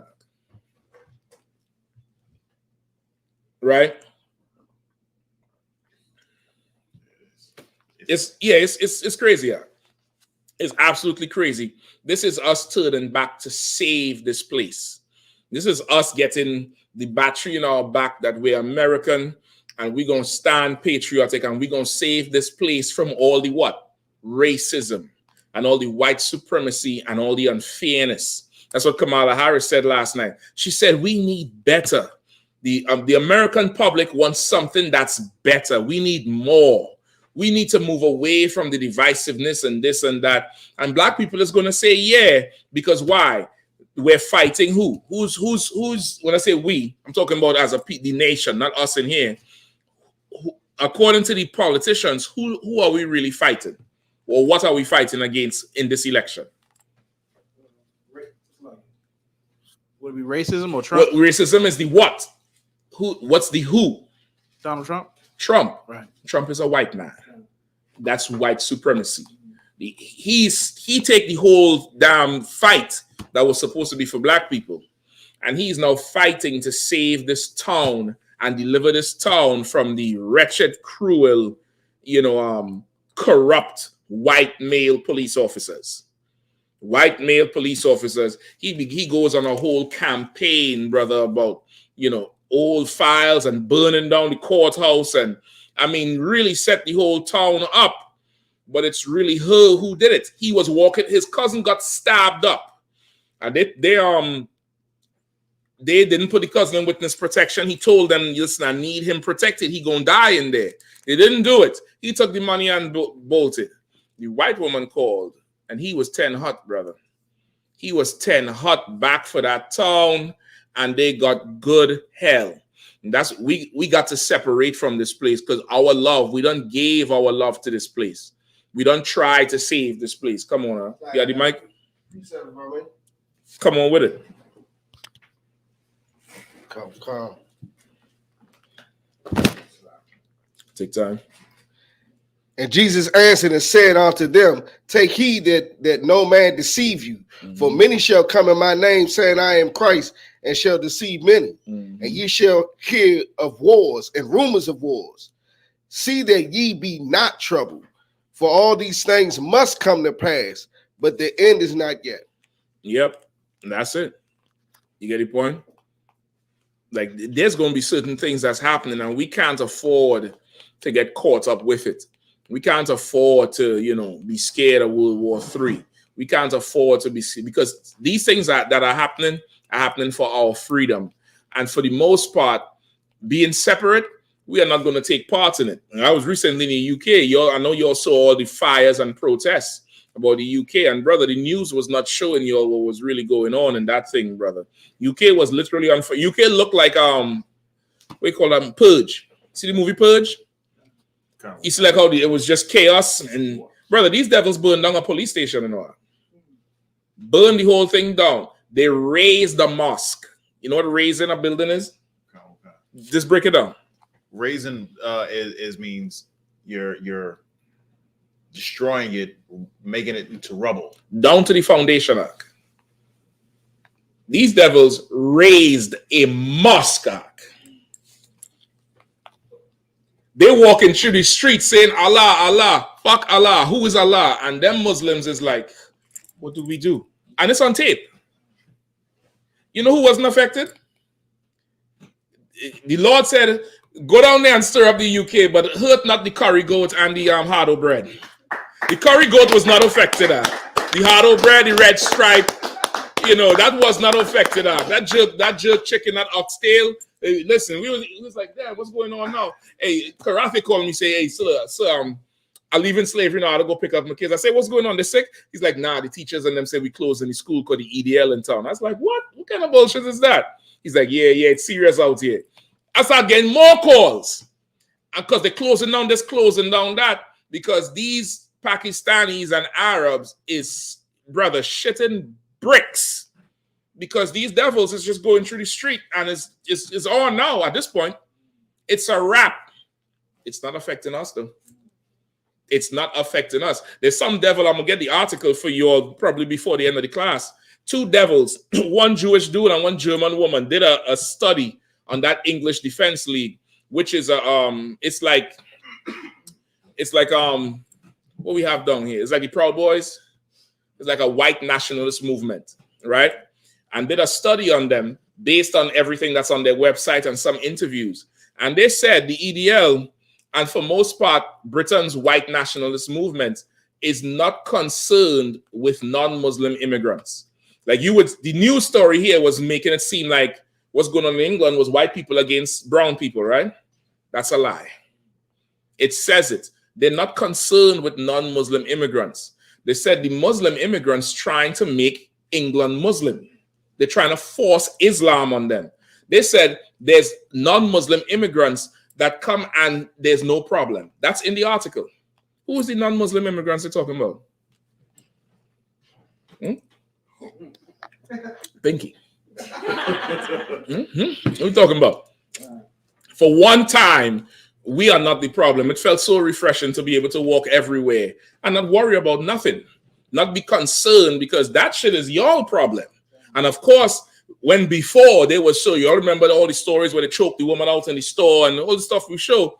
Guess how they're talking to us now? My brother, hey brother, Aki, brother, come here, brother. No, my sister, they're so nice, brother. I was like, well, this is probably how they felt for Purim when they wanted to kill us with Haman, and then the shit turned on them, and they all became, it's Shalom, brother. My brother, I was like, oh, brother, Jesus Christ, brother. It's gonna be a good day. Listen, that was good to witness, and that's coming here too. You just have to be separate from this place. You can't try to save it. This thing is far gone. It's too far gone for that. Go ahead. God, and Bragawai Yahushua, because that feels good from when they was attacking y'all in the UK when they came in. Oh, I forgot about that. They attack y'all in the UK, and now look, they getting attacked. Victory is sweet, eh? Justice is sweet. And they can't even call the cops now. The cops ain't doing shit because them white boys tearing them cops apart. Brother, there's a tape of cop riding a bike. The white boy just grab him, pull him off the bike, brother, and his licks, brother. I'm talking stones, brother. They put the cop in hospital out. The police ain't showing up. You can call 911 or 999 all you want, Packy man. You're done. You're finished. And on top of that, the Lord done bring a monsoon to Mecca. I think Islam is done. Islam is washed up. I think that's it. That's it. Y'all took a big L in England. Y'all thought you was ruling things. Y'all had a Muslim prime minister, a Muslim mayor. And now you can't even go pray to your God because of rain. You got to use an umbrella. I think the Lord has spoken. You get the point? And now we need to take that on our national level. We got to separate from this place and don't try to save this place. Don't try to save this place. Give me Isaiah 30. Hold on.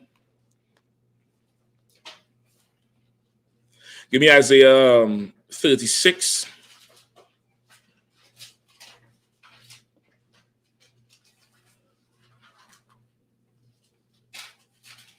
And 6. It's like on top. It was a comment. Come on, let's go. Is ancient new? Why don't we? It says Proverbs 16 and 7. Hold on, what's his name? Ancients knew. Why don't we? You'll be talking about our names. Go ahead. He says Proverbs 16 and 7.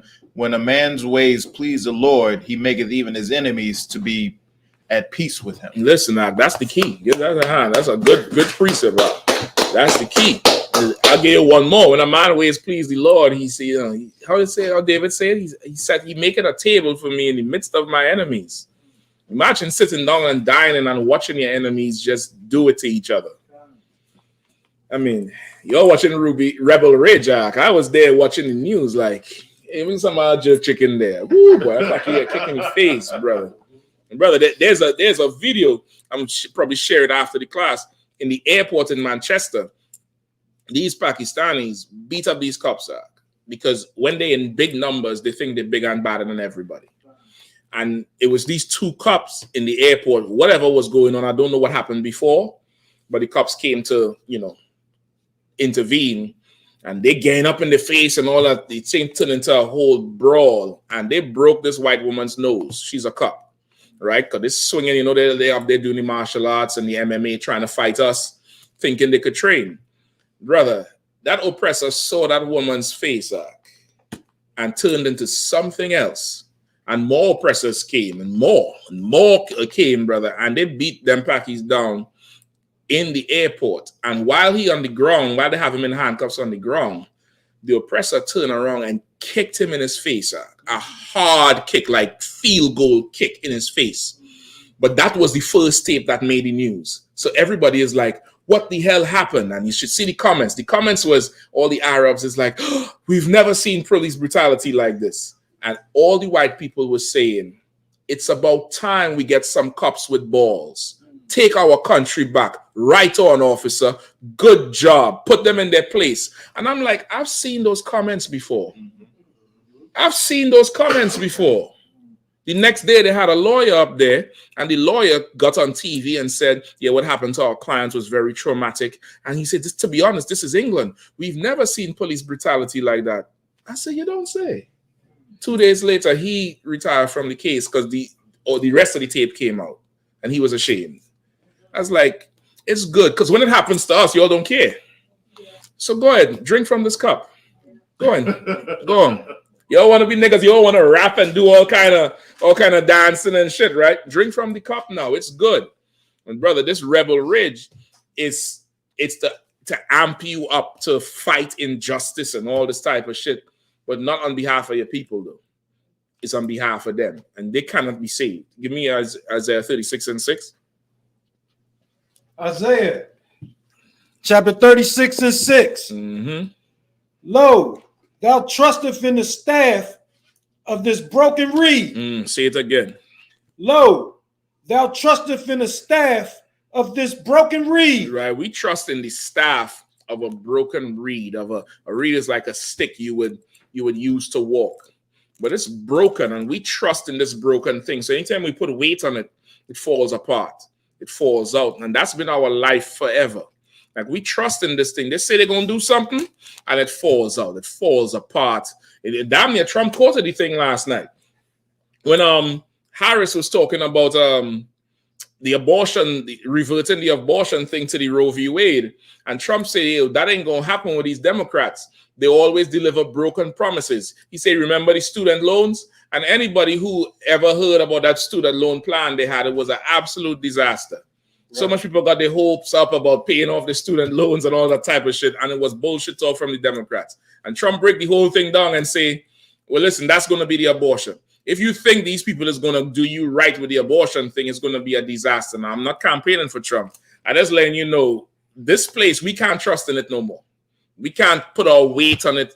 We can't think we're going to get by anymore. And that's what leaning on a broken reed is. Go ahead. On Egypt, we're on, if a man lean, it will go into his hand. Right. Go ahead. And pierce it. So is Pharaoh, king of Egypt, to all that trust in him. That's what happened. You get the point? We lean on this. We lean on this reed, on this staff. Like Egypt, we lean on Egypt. We lean on America. We lean on Britain. We lean on the Caribbean. We lean on this thing, thinking there's hope in here. We could put our hope in this. We could put all our eggs in this basket. And this thing is broken.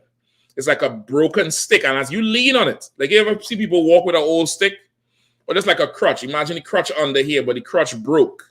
So as you lean on it, it breaks, and that broken piece goes up into you, or goes up into your hand.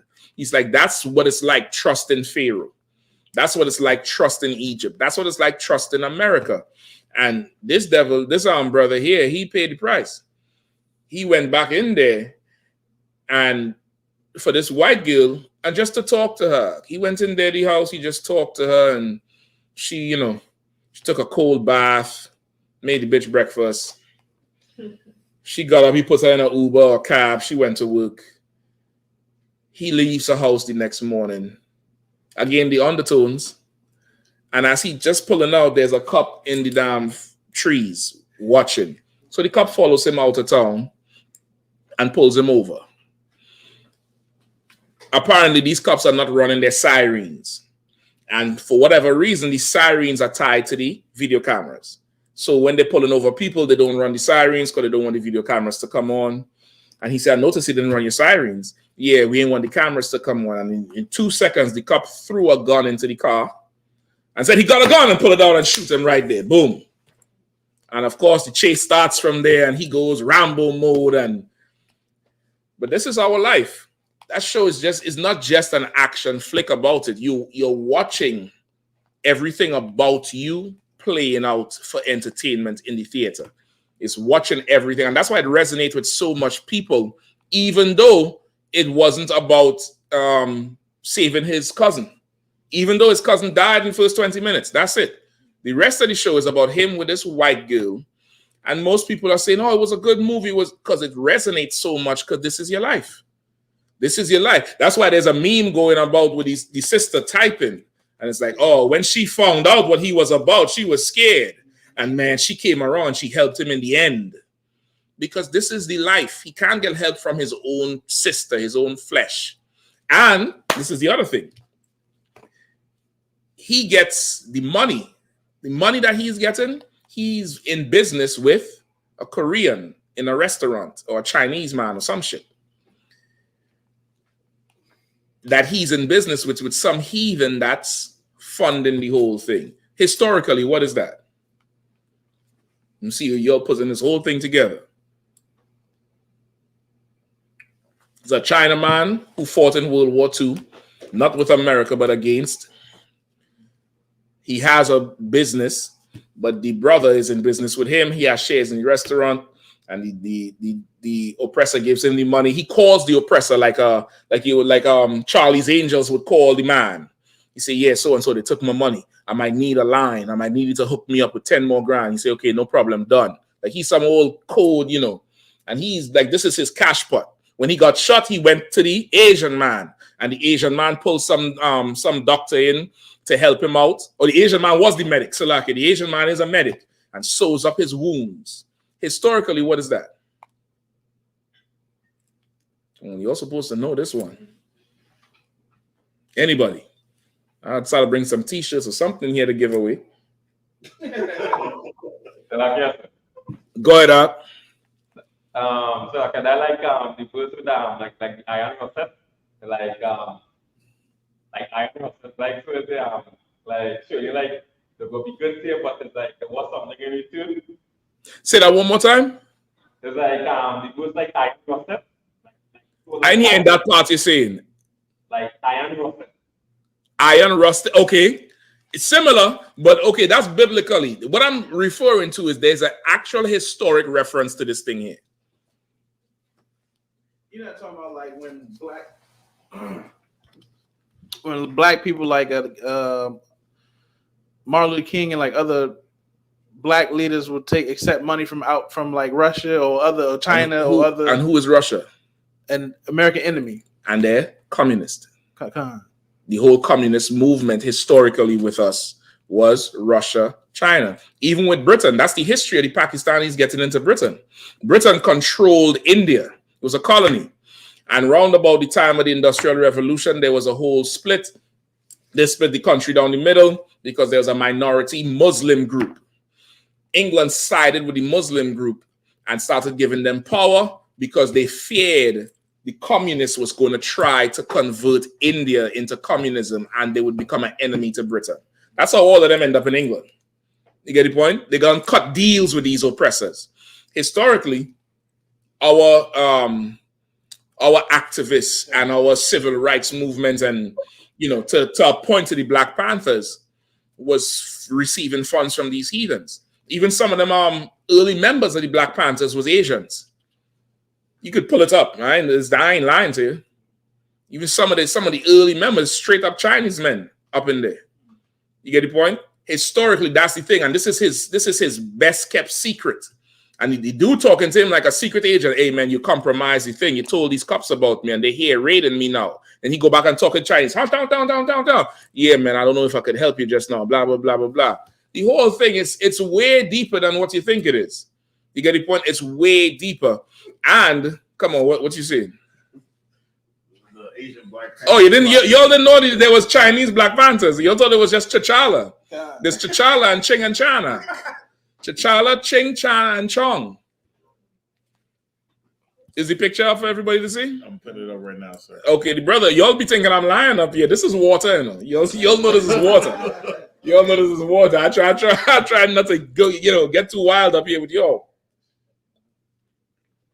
Let me know when it's up. It's up, sir. All right. Like historically, there's a whole link there.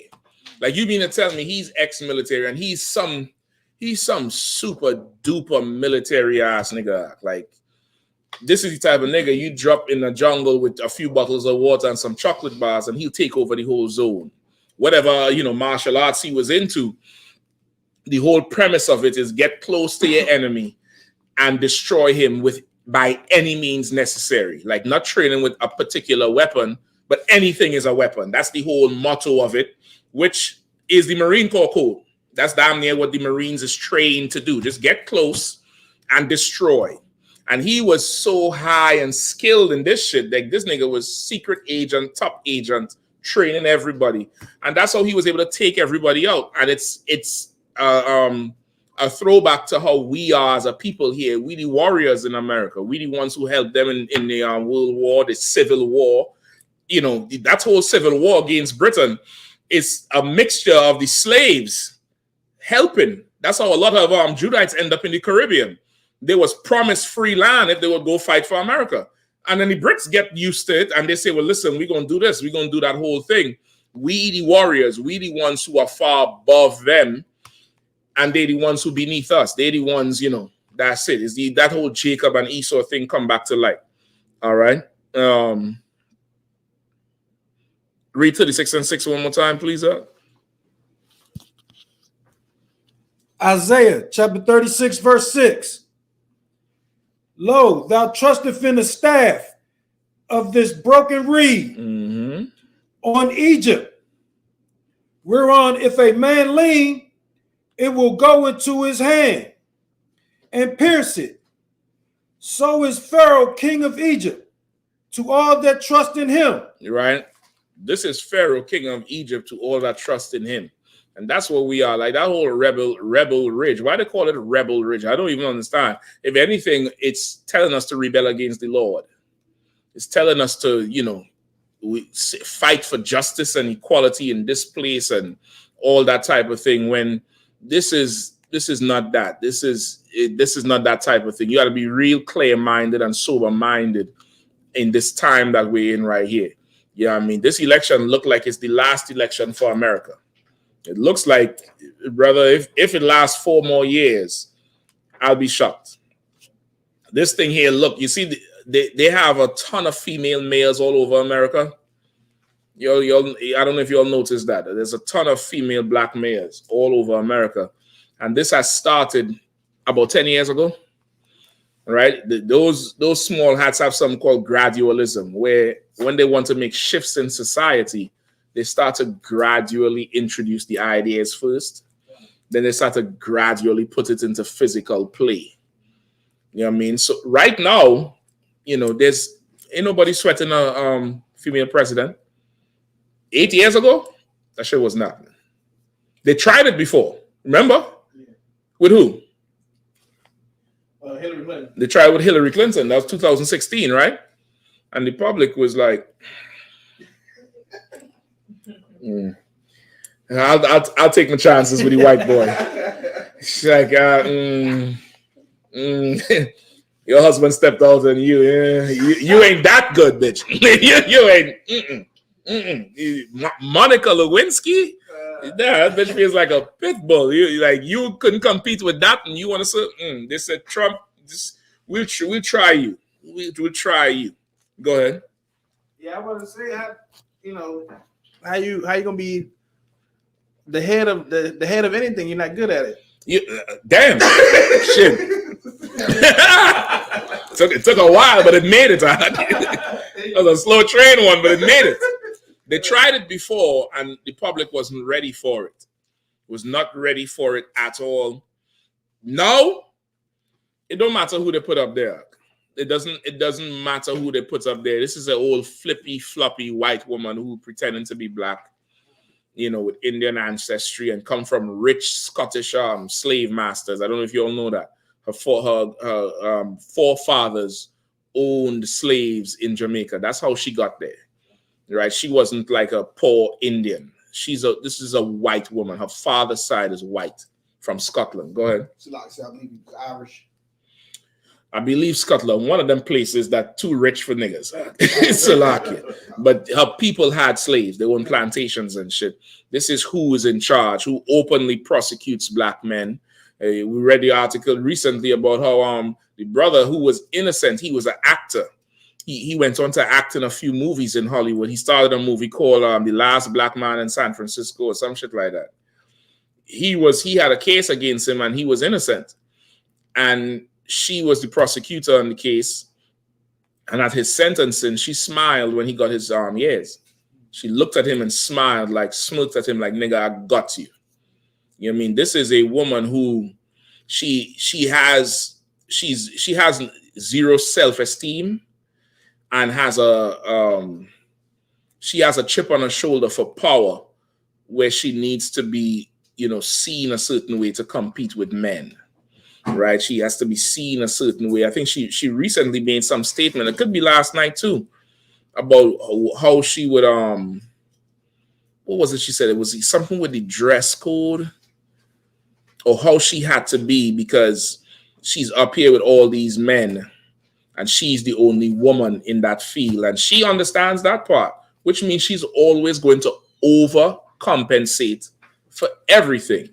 Brother, you better come into Israelite School or UPK before November 4th. And if you make it, the Lord is so merciful. If you don't make it by that time, no problem. You have until inauguration. But after that, brother, if you're not up in here under the protection, under the altar of the Lord, you are free game for this brother. It's going to be like shooting fish in a barrel for her. She is going to make her name on black men. Y'all think Sleepy Joe was bad? It's going to be rough with her.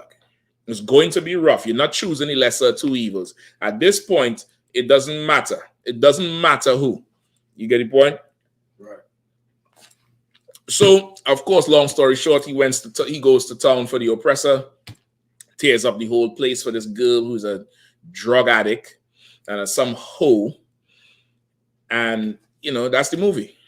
That's the whole thing. This is your life that you're seeing. And there's so many more scriptures that I could go into about it. But this is your life. Even down in the end, brother, there's some cop who gets shot in the leg. He bleeding out. He in the front seat. There's another thing. They kidnap the girl, drug her up. They're about to go, you know, off her. They're gonna put her down. He kidnaps a cop. About to put the cop under. The cop say, please don't do it, man. We're not all like that, you know. He said, we're not all like that. Have a family, man. We're not all like that. So now he found an ally in the fight. He finds a whole ally, and in the end, he's just, you know, he's saving this town from the injustice and blah, blah, blah. He did not go to town for his people. Now, again, movie's a good movie for action, but there's so much you could unpack from it and understand what they're trying to do to you subconsciously in this place, which is to make you forget about the pain of your people. You look like today's 9/11, right? I'm sorry, Patriot Day. They don't change the name. They change the name of the thing and they call it Patriot Day. Patriot Day. And it's like so much, you know, stories you're hearing about it and, you know, how it affected everybody and changed the trajectory of their life and this and that. And they want you to forget about your pain. They want you to forget about what happened to you. And they want you to be concerned with the injustices that happens to America. That's what they want. Give me Mystery Babylon. Give me that in Revelation, I think 17. All right. Bukwash, line up that other question too that you have.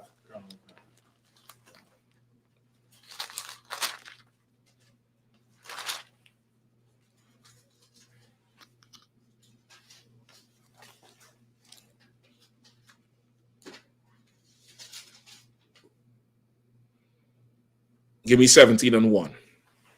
Start at 1. Revelations chapter 17, verse 1. And there came one of the 7 angels, which had 7 vials, and talked with me, saying unto me, come hither. I will show unto thee the judgment of the great whore that sitteth upon many waters, and whom the kings of the earth have committed fornication, and the inhabitants of the earth have been made drunk with the wine of her fornication. So he carried me away. So he carried me away in the spirit. Hold on, let's skip up one more. Read from 1 again. And there came one of the 7 angels, which had 7 vials, and talked with me, saying unto me, come hither. I will show unto thee the judgment of the great whore that sitteth upon many waters. Right, the great whore that sits upon many waters. This here is America in the Bible. This here is America in the Bible. The great whore that sits on many waters is literally in a biblical reference to that Statue of Liberty. That Statue of Liberty, they call her Lady Liberty, standing there with that torch. That statue is that statue in the Bible. If anybody ever wanted to know and ask and see America, this is another reference from it, because this is a statue I think France gave to America as a gift, and say this is the symbol of America, the spirit of America, right? And they take her and put her out on the water, sitting on the water, symbolic of America, sitting on many waters. The waters represent what? Who knows? Different people and nations, like from sea to sea, sea to shining sea. The waters represent nations, and America sits on top of a lot of nations. On top of a lot of nations, that's how they're able to enforce trade embargoes on Russia. And that's how they're able to cut off Palestine and support Israel, because they sit on so many nations all over the place. You get the point. That's how they're able to make a deal with United Nations and NATO to send Kenyan military people to help police Haiti. Like, you could send a contract over there when you have an immigrant problem, right? They want jobs. Why not just let the tribe of I.S.U.P.K go do it, or El Salvador, or other Haitians or Benjamites? Why you got to get the Kenyans? Because they sitting on so much waters. We're not going to let the slaves help the slaves. We're going to bring in more oppressors to help you. And this is what you're going to read about here. This is the judgment of that whore that sits on many waters. Go ahead. With whom the kings of the earth have committed fornication, and the inhabitants of the earth have been made drunk with the wine of her fornication. And that's what you see in that damn movie. And this is her. That's that broad there who high on that heroin. She high, but he drunk with whatever it is to go save her. He drunk, he go back in there, get shot, risk dying, all kind of shit to save this broad. And this is America. Like, you drunk on the wine of her fornication. Like, she went and get high herself. She went and get that damn child. She went and get ran through by them white men. That ain't your problem, nigga. You could have left the town. She called you and you spin right back around. The first scene, she asked him, she said, "Can I get your number?" He said, "I don't give that out. I ain't got no phone." She said, "Well, how am I supposed to do it? I'll meet you back right here." After, when he leaving town, he's like, "Here's my number." She said, "I thought you don't give your number." "I'm giving it to you." Pussy. This is trying to get you in that whole thing of don't see color, don't see race, don't see this, this is about justice and equality for all, but not for your people though. Keep going. So he carried me away in the spirit into the wilderness, and I saw a woman sit upon a scarlet-colored beast, full of names of blasphemy, having 7 heads and 10 horns. And that's what he saw. He saw this woman on this beast, and this woman is America. And that's why the broad in the movie was the prime thing to save, and poor woman, and look what they're doing to her, and this, and her own men doing her that, man. Goddamn. Her own men doing her that. What the problem is? Why you ought to get involved? But this is the rhetoric they want in your spirit. You had to get involved. You have to save this place. Go ahead. And the woman was arrayed in purple and scarlet color, and decked with gold and precious stones and pearls, having a golden cup in her hand, full of abominations and filthiness of her fornication. If you ever wanted, this is a precept for them purple pigs, them purple faggots.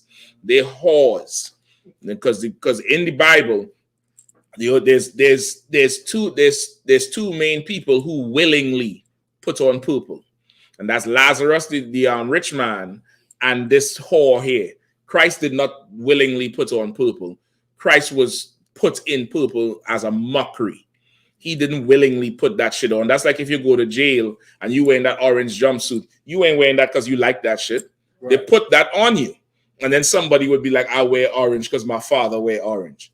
No, nigga, he didn't. That's not his color. That's not what he wants. He would not want to be in that boring ass bullshit. So in the Bible, there's only two people who willingly put that purple on.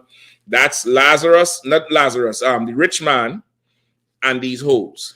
You get the point? This hoe right here, arrayed in purple, sitting on the top, the king of fornication, the queen of fornication, sitting on the top with gold and full of abomination and filthiness, just like them purple sodomites. Full of abomination and filthiness. Go ahead, brother behind you.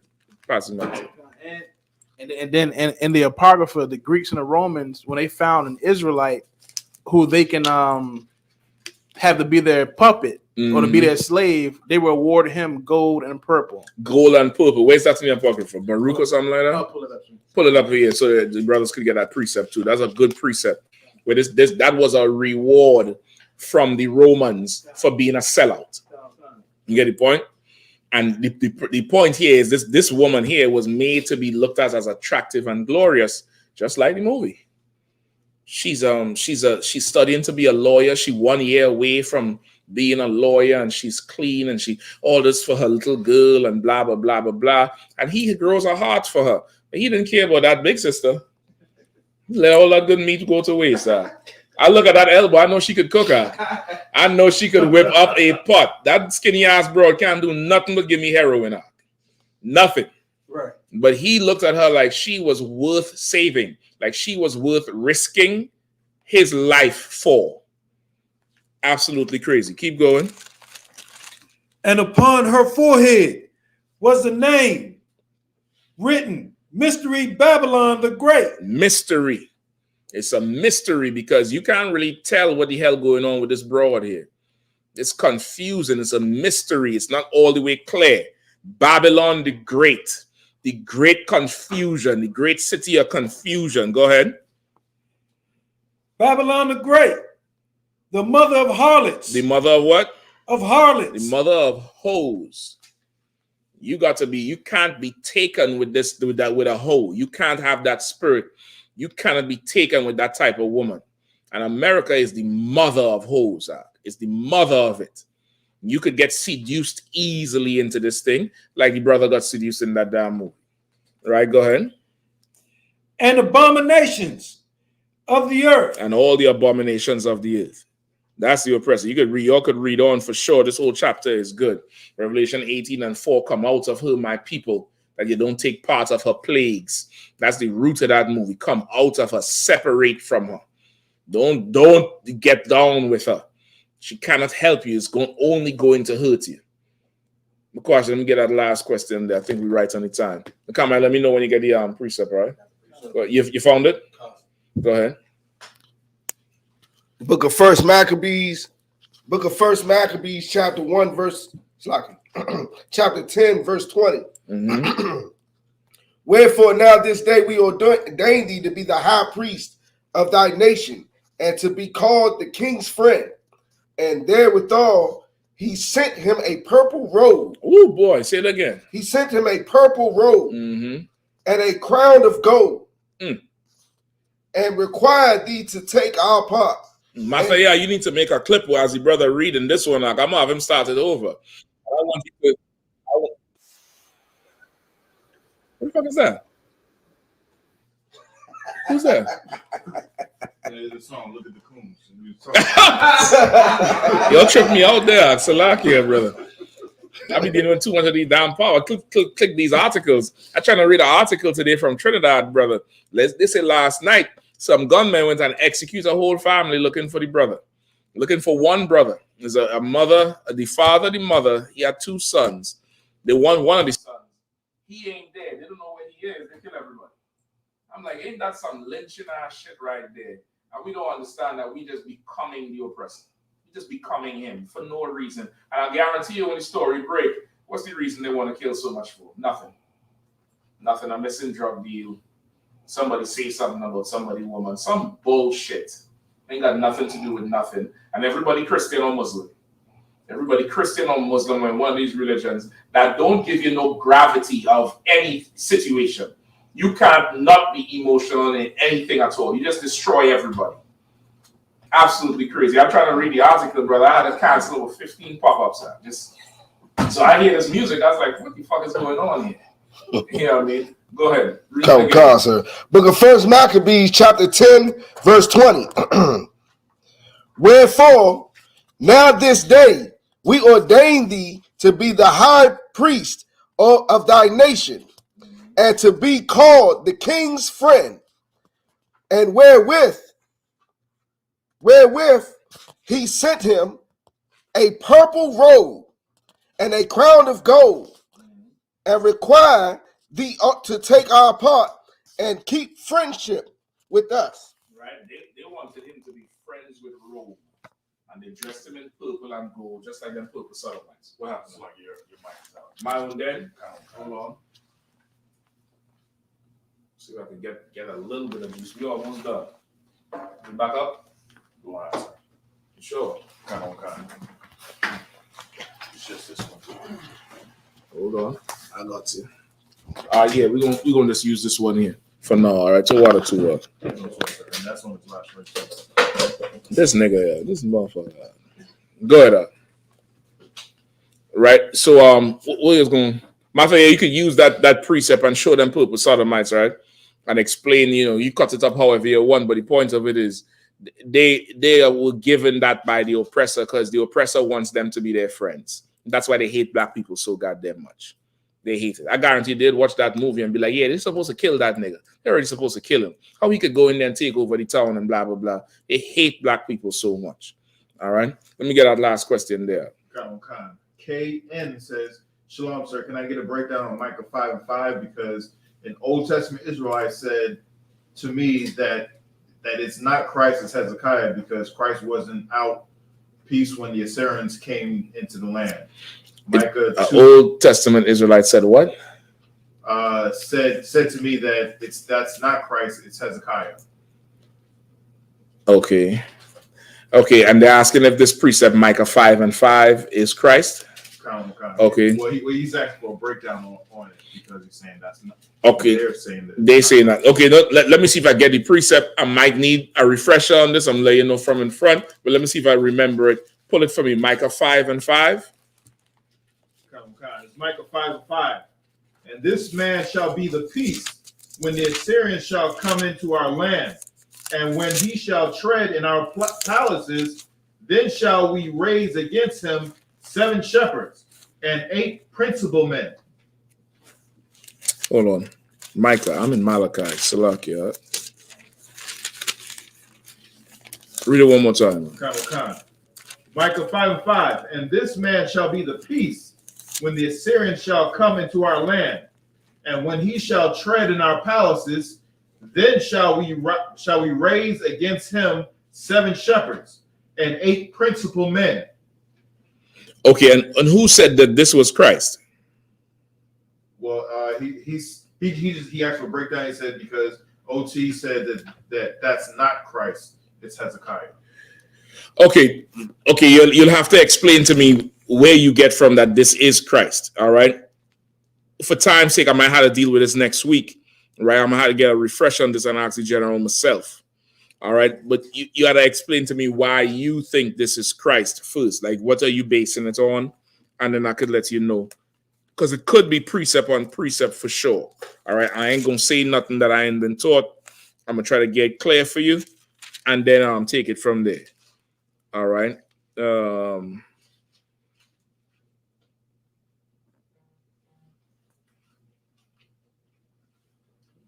Yeah, you had to explain to me why do you think this is Christ.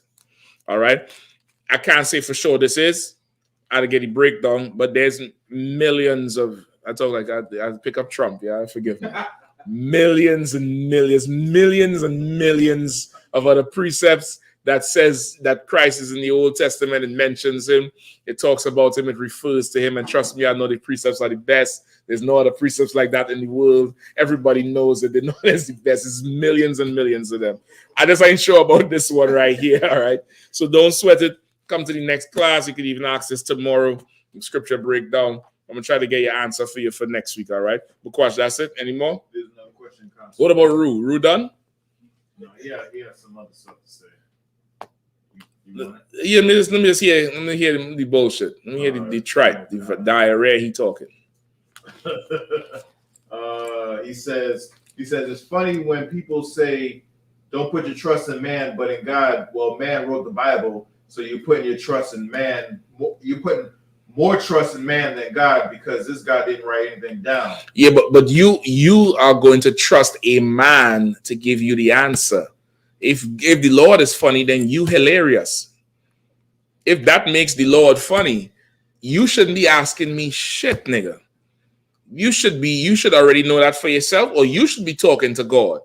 But you trying to say the Lord is funny because he needs a man to do things when you need a man to do things. Right. You need a man to understand what's going on. You need a man to give you the answer. And when I give you the answer, you're going to trust the answer that a man gives you. What's your problem? Rue, are you LGBTQ? That's what I need to know. Go ahead. They kill me when they say that because every single thing that they know and they trust came from a man. I guarantee you, Rue like Tesla's. You know what Tesla is? The name of a man.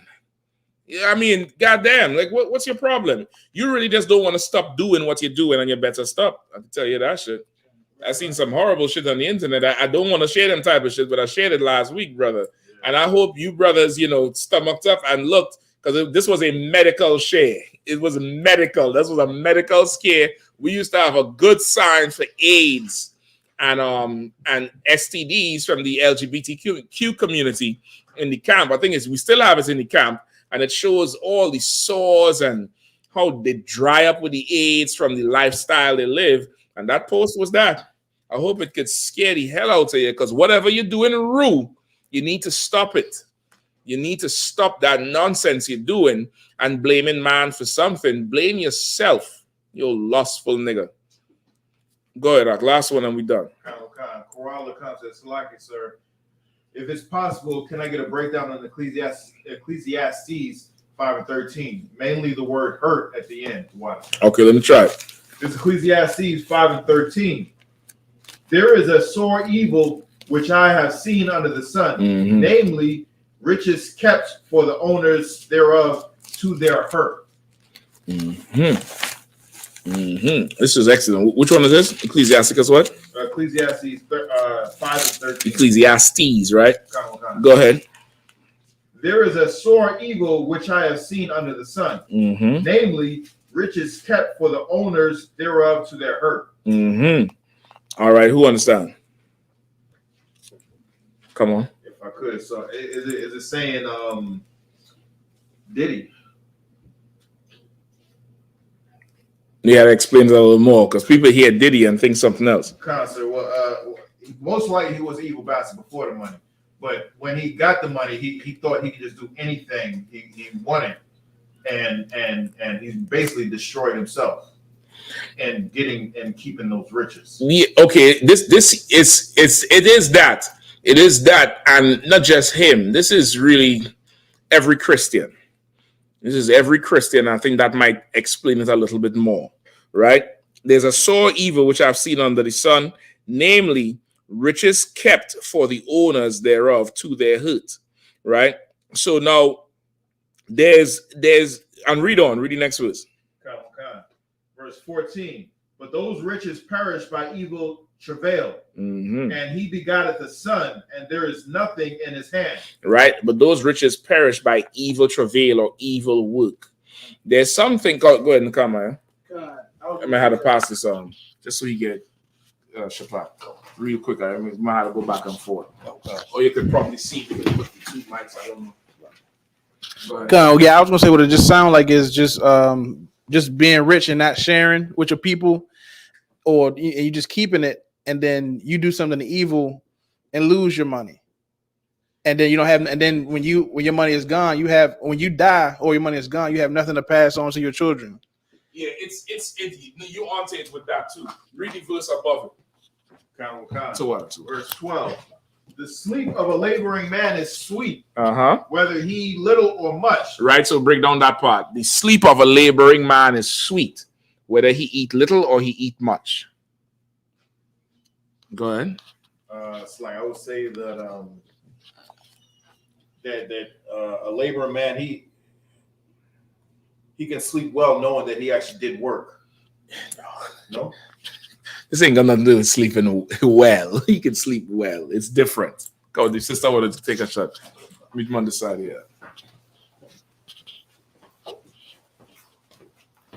Go ahead. I don't know if this is off or not, but does this have to do with like blacks, Hispanics, and Native Americans like not tithing,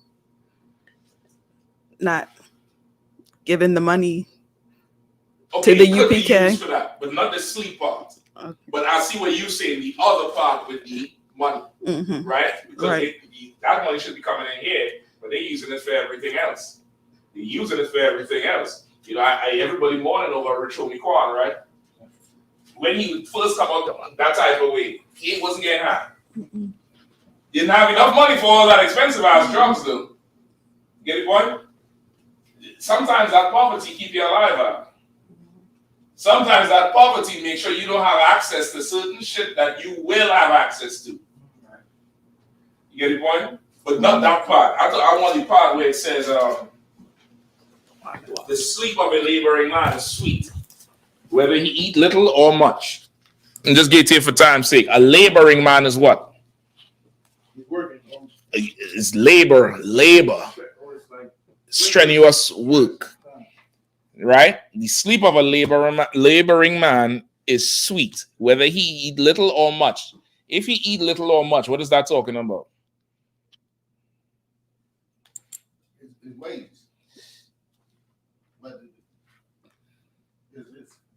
Come on.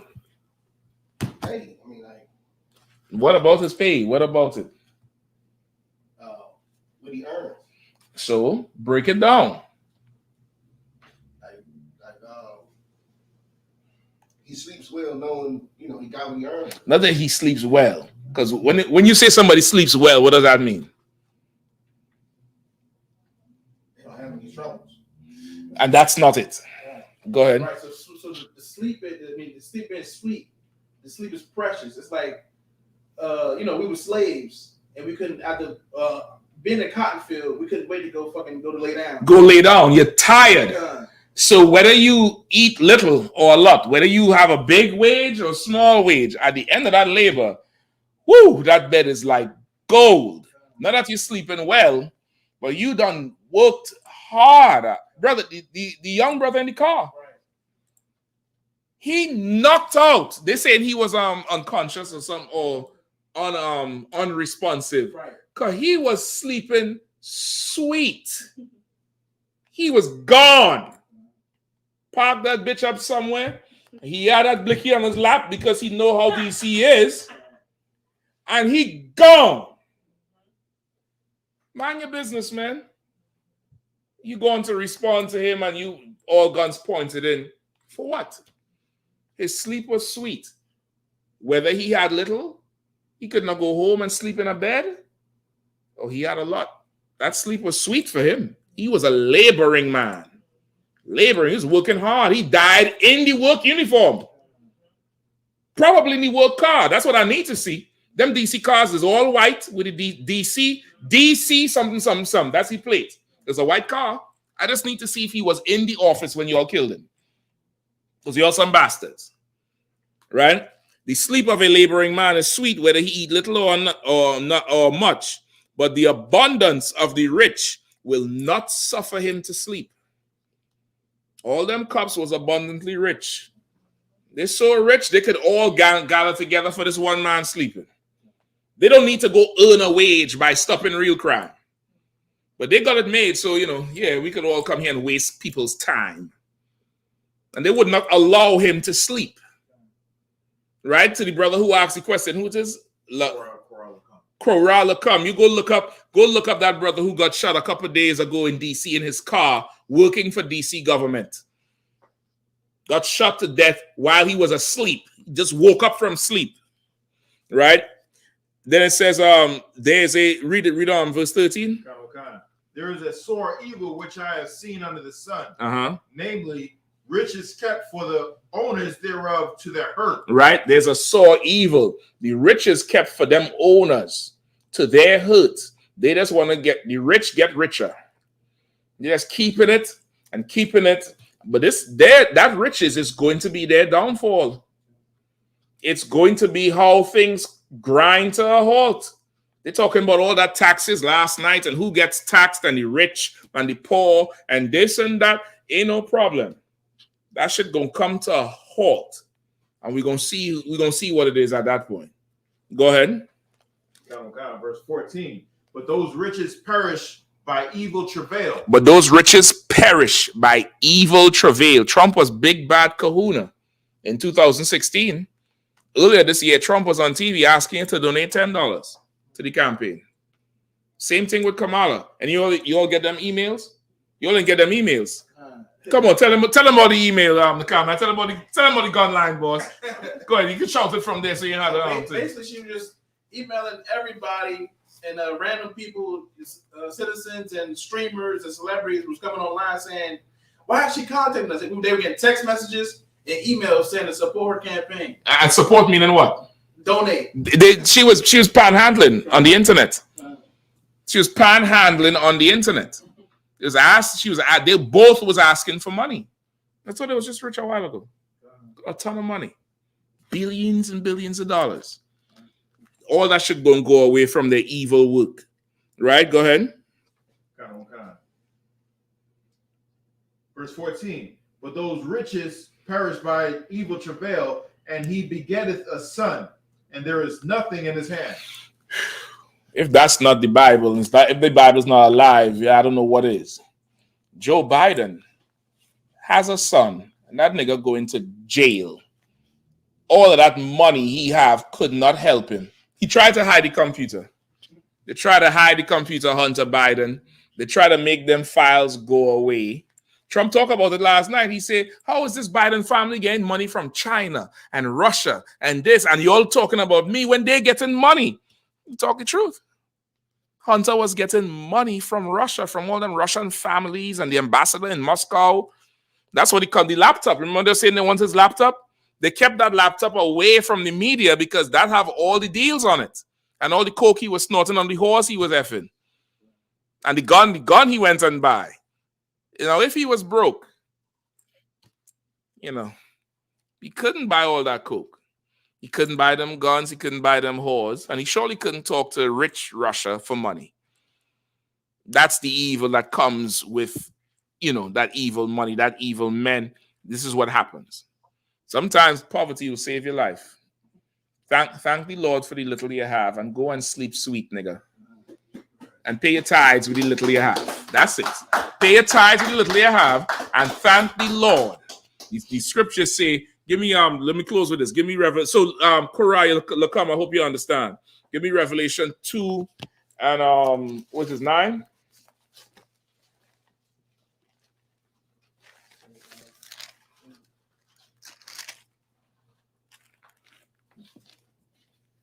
Give me Revelations 2 and 9. Revelations 2 and 9. I know thy works and tribulations and poverty, but thou art rich. Mm-hmm. Read it again. I know thy works and tribulation and poverty, but thou art rich. Right, that's what the Lord is saying. That was Christ is saying. And he's saying this to the nation of Israel. I know thy works and thy tribulation, thy labor, everything we go through. Christ knows it. Don't think the Lord don't know it. Don't think he don't see it. Go through it. Go through it, nigga. Go suffer through it. Ain't no sweat. Go through it. He understands it. But he says what? But thou art rich. But thou art what? Rich. But thou art what? Rich. And this ain't talking about the money we have. This is talking about that other thing we have, which is being an Israelite. Right. That's wealth beyond wealth. It's riches beyond riches. We don't understand it because we so goddamn carnal. But right now, any one of y'all could go to a city where Commander John Yohanna built a school and will not have to worry about where you eat, where you're sleeping, where you're eating, where your children gonna stay, who gonna pick you up from the bus station or the airport, and you ain't never have to meet or see a nigga in life before. That's wealth, Ark. That's wealth. Right. I saw Putin traveling recently. Brother, you should see the sky when this nigga traveling, Ark. It's about 15 planes surrounding his plane.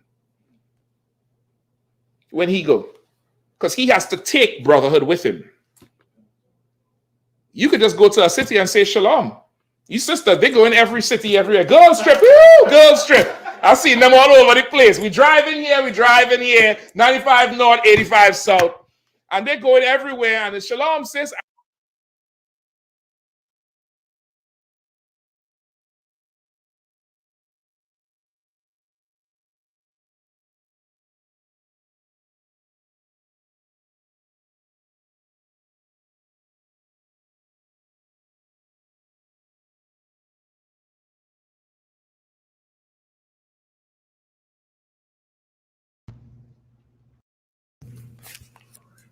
no sweat, go ahead.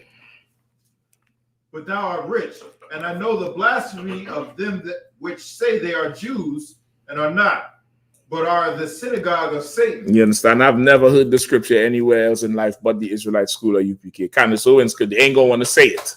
That broad stole from the school, and she needs to pay tithes. She needs to pay tithes, and she only mad because the same Jewish man done turned on her.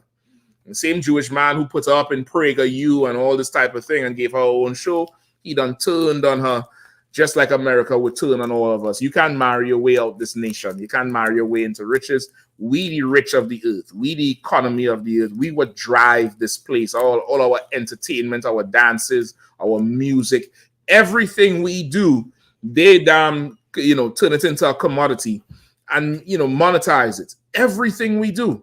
Every single thing we do. You're watching that TikTok, the whole TikTok craze with the dances. That thing comes from the whole Vine culture. And that Vine culture comes from where? Who knows? That whole, you remember Vine? Where that Vine culture comes from?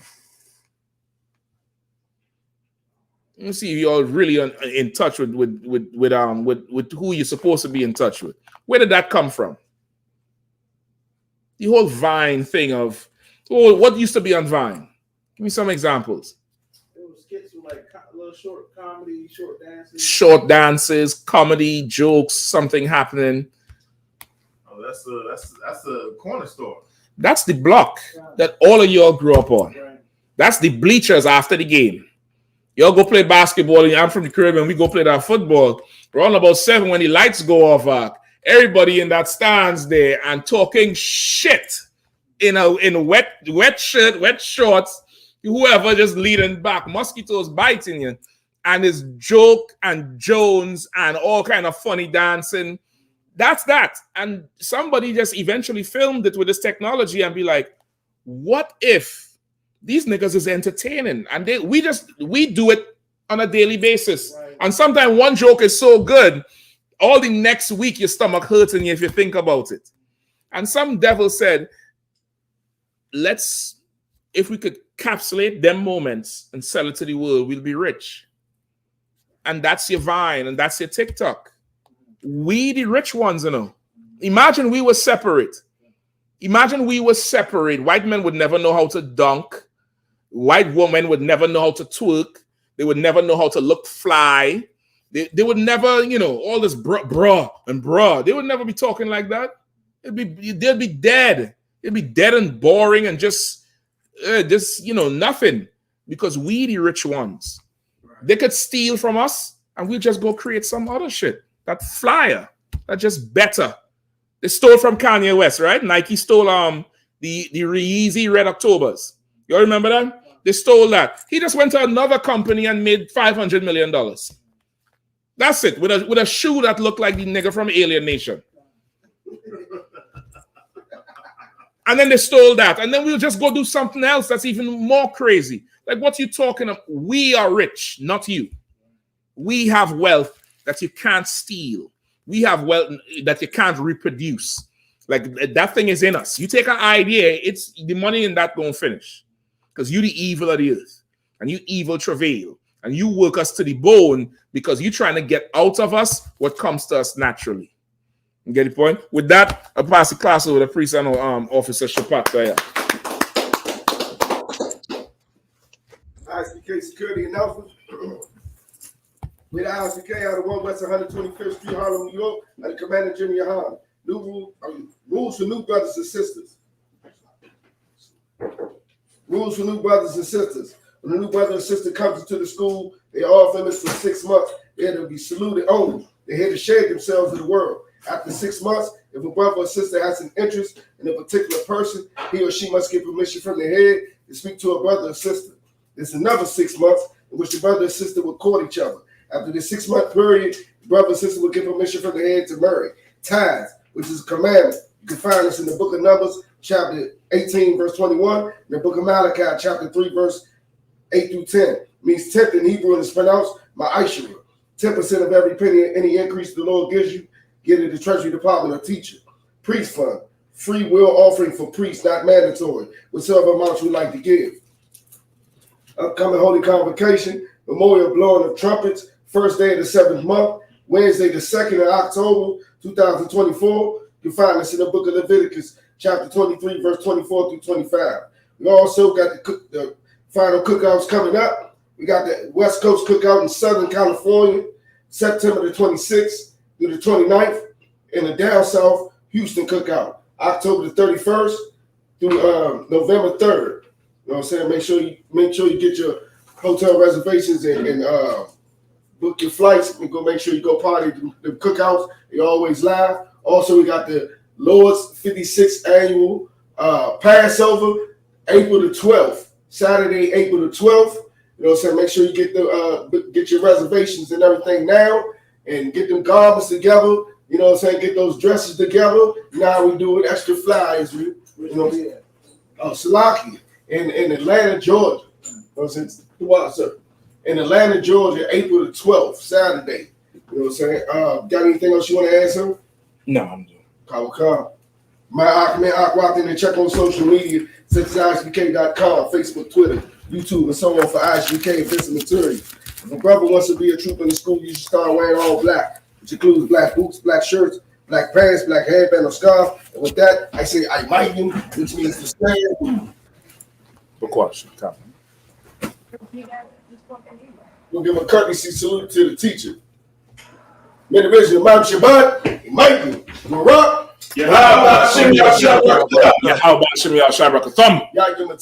Saw, which means to turn. Sisters, you may stand. I invite you. We'll give a courtesy salute to the sister minister. Men of Israel, Imam Shabbat, Michael, Barak, Yahya Matah, class dismissed.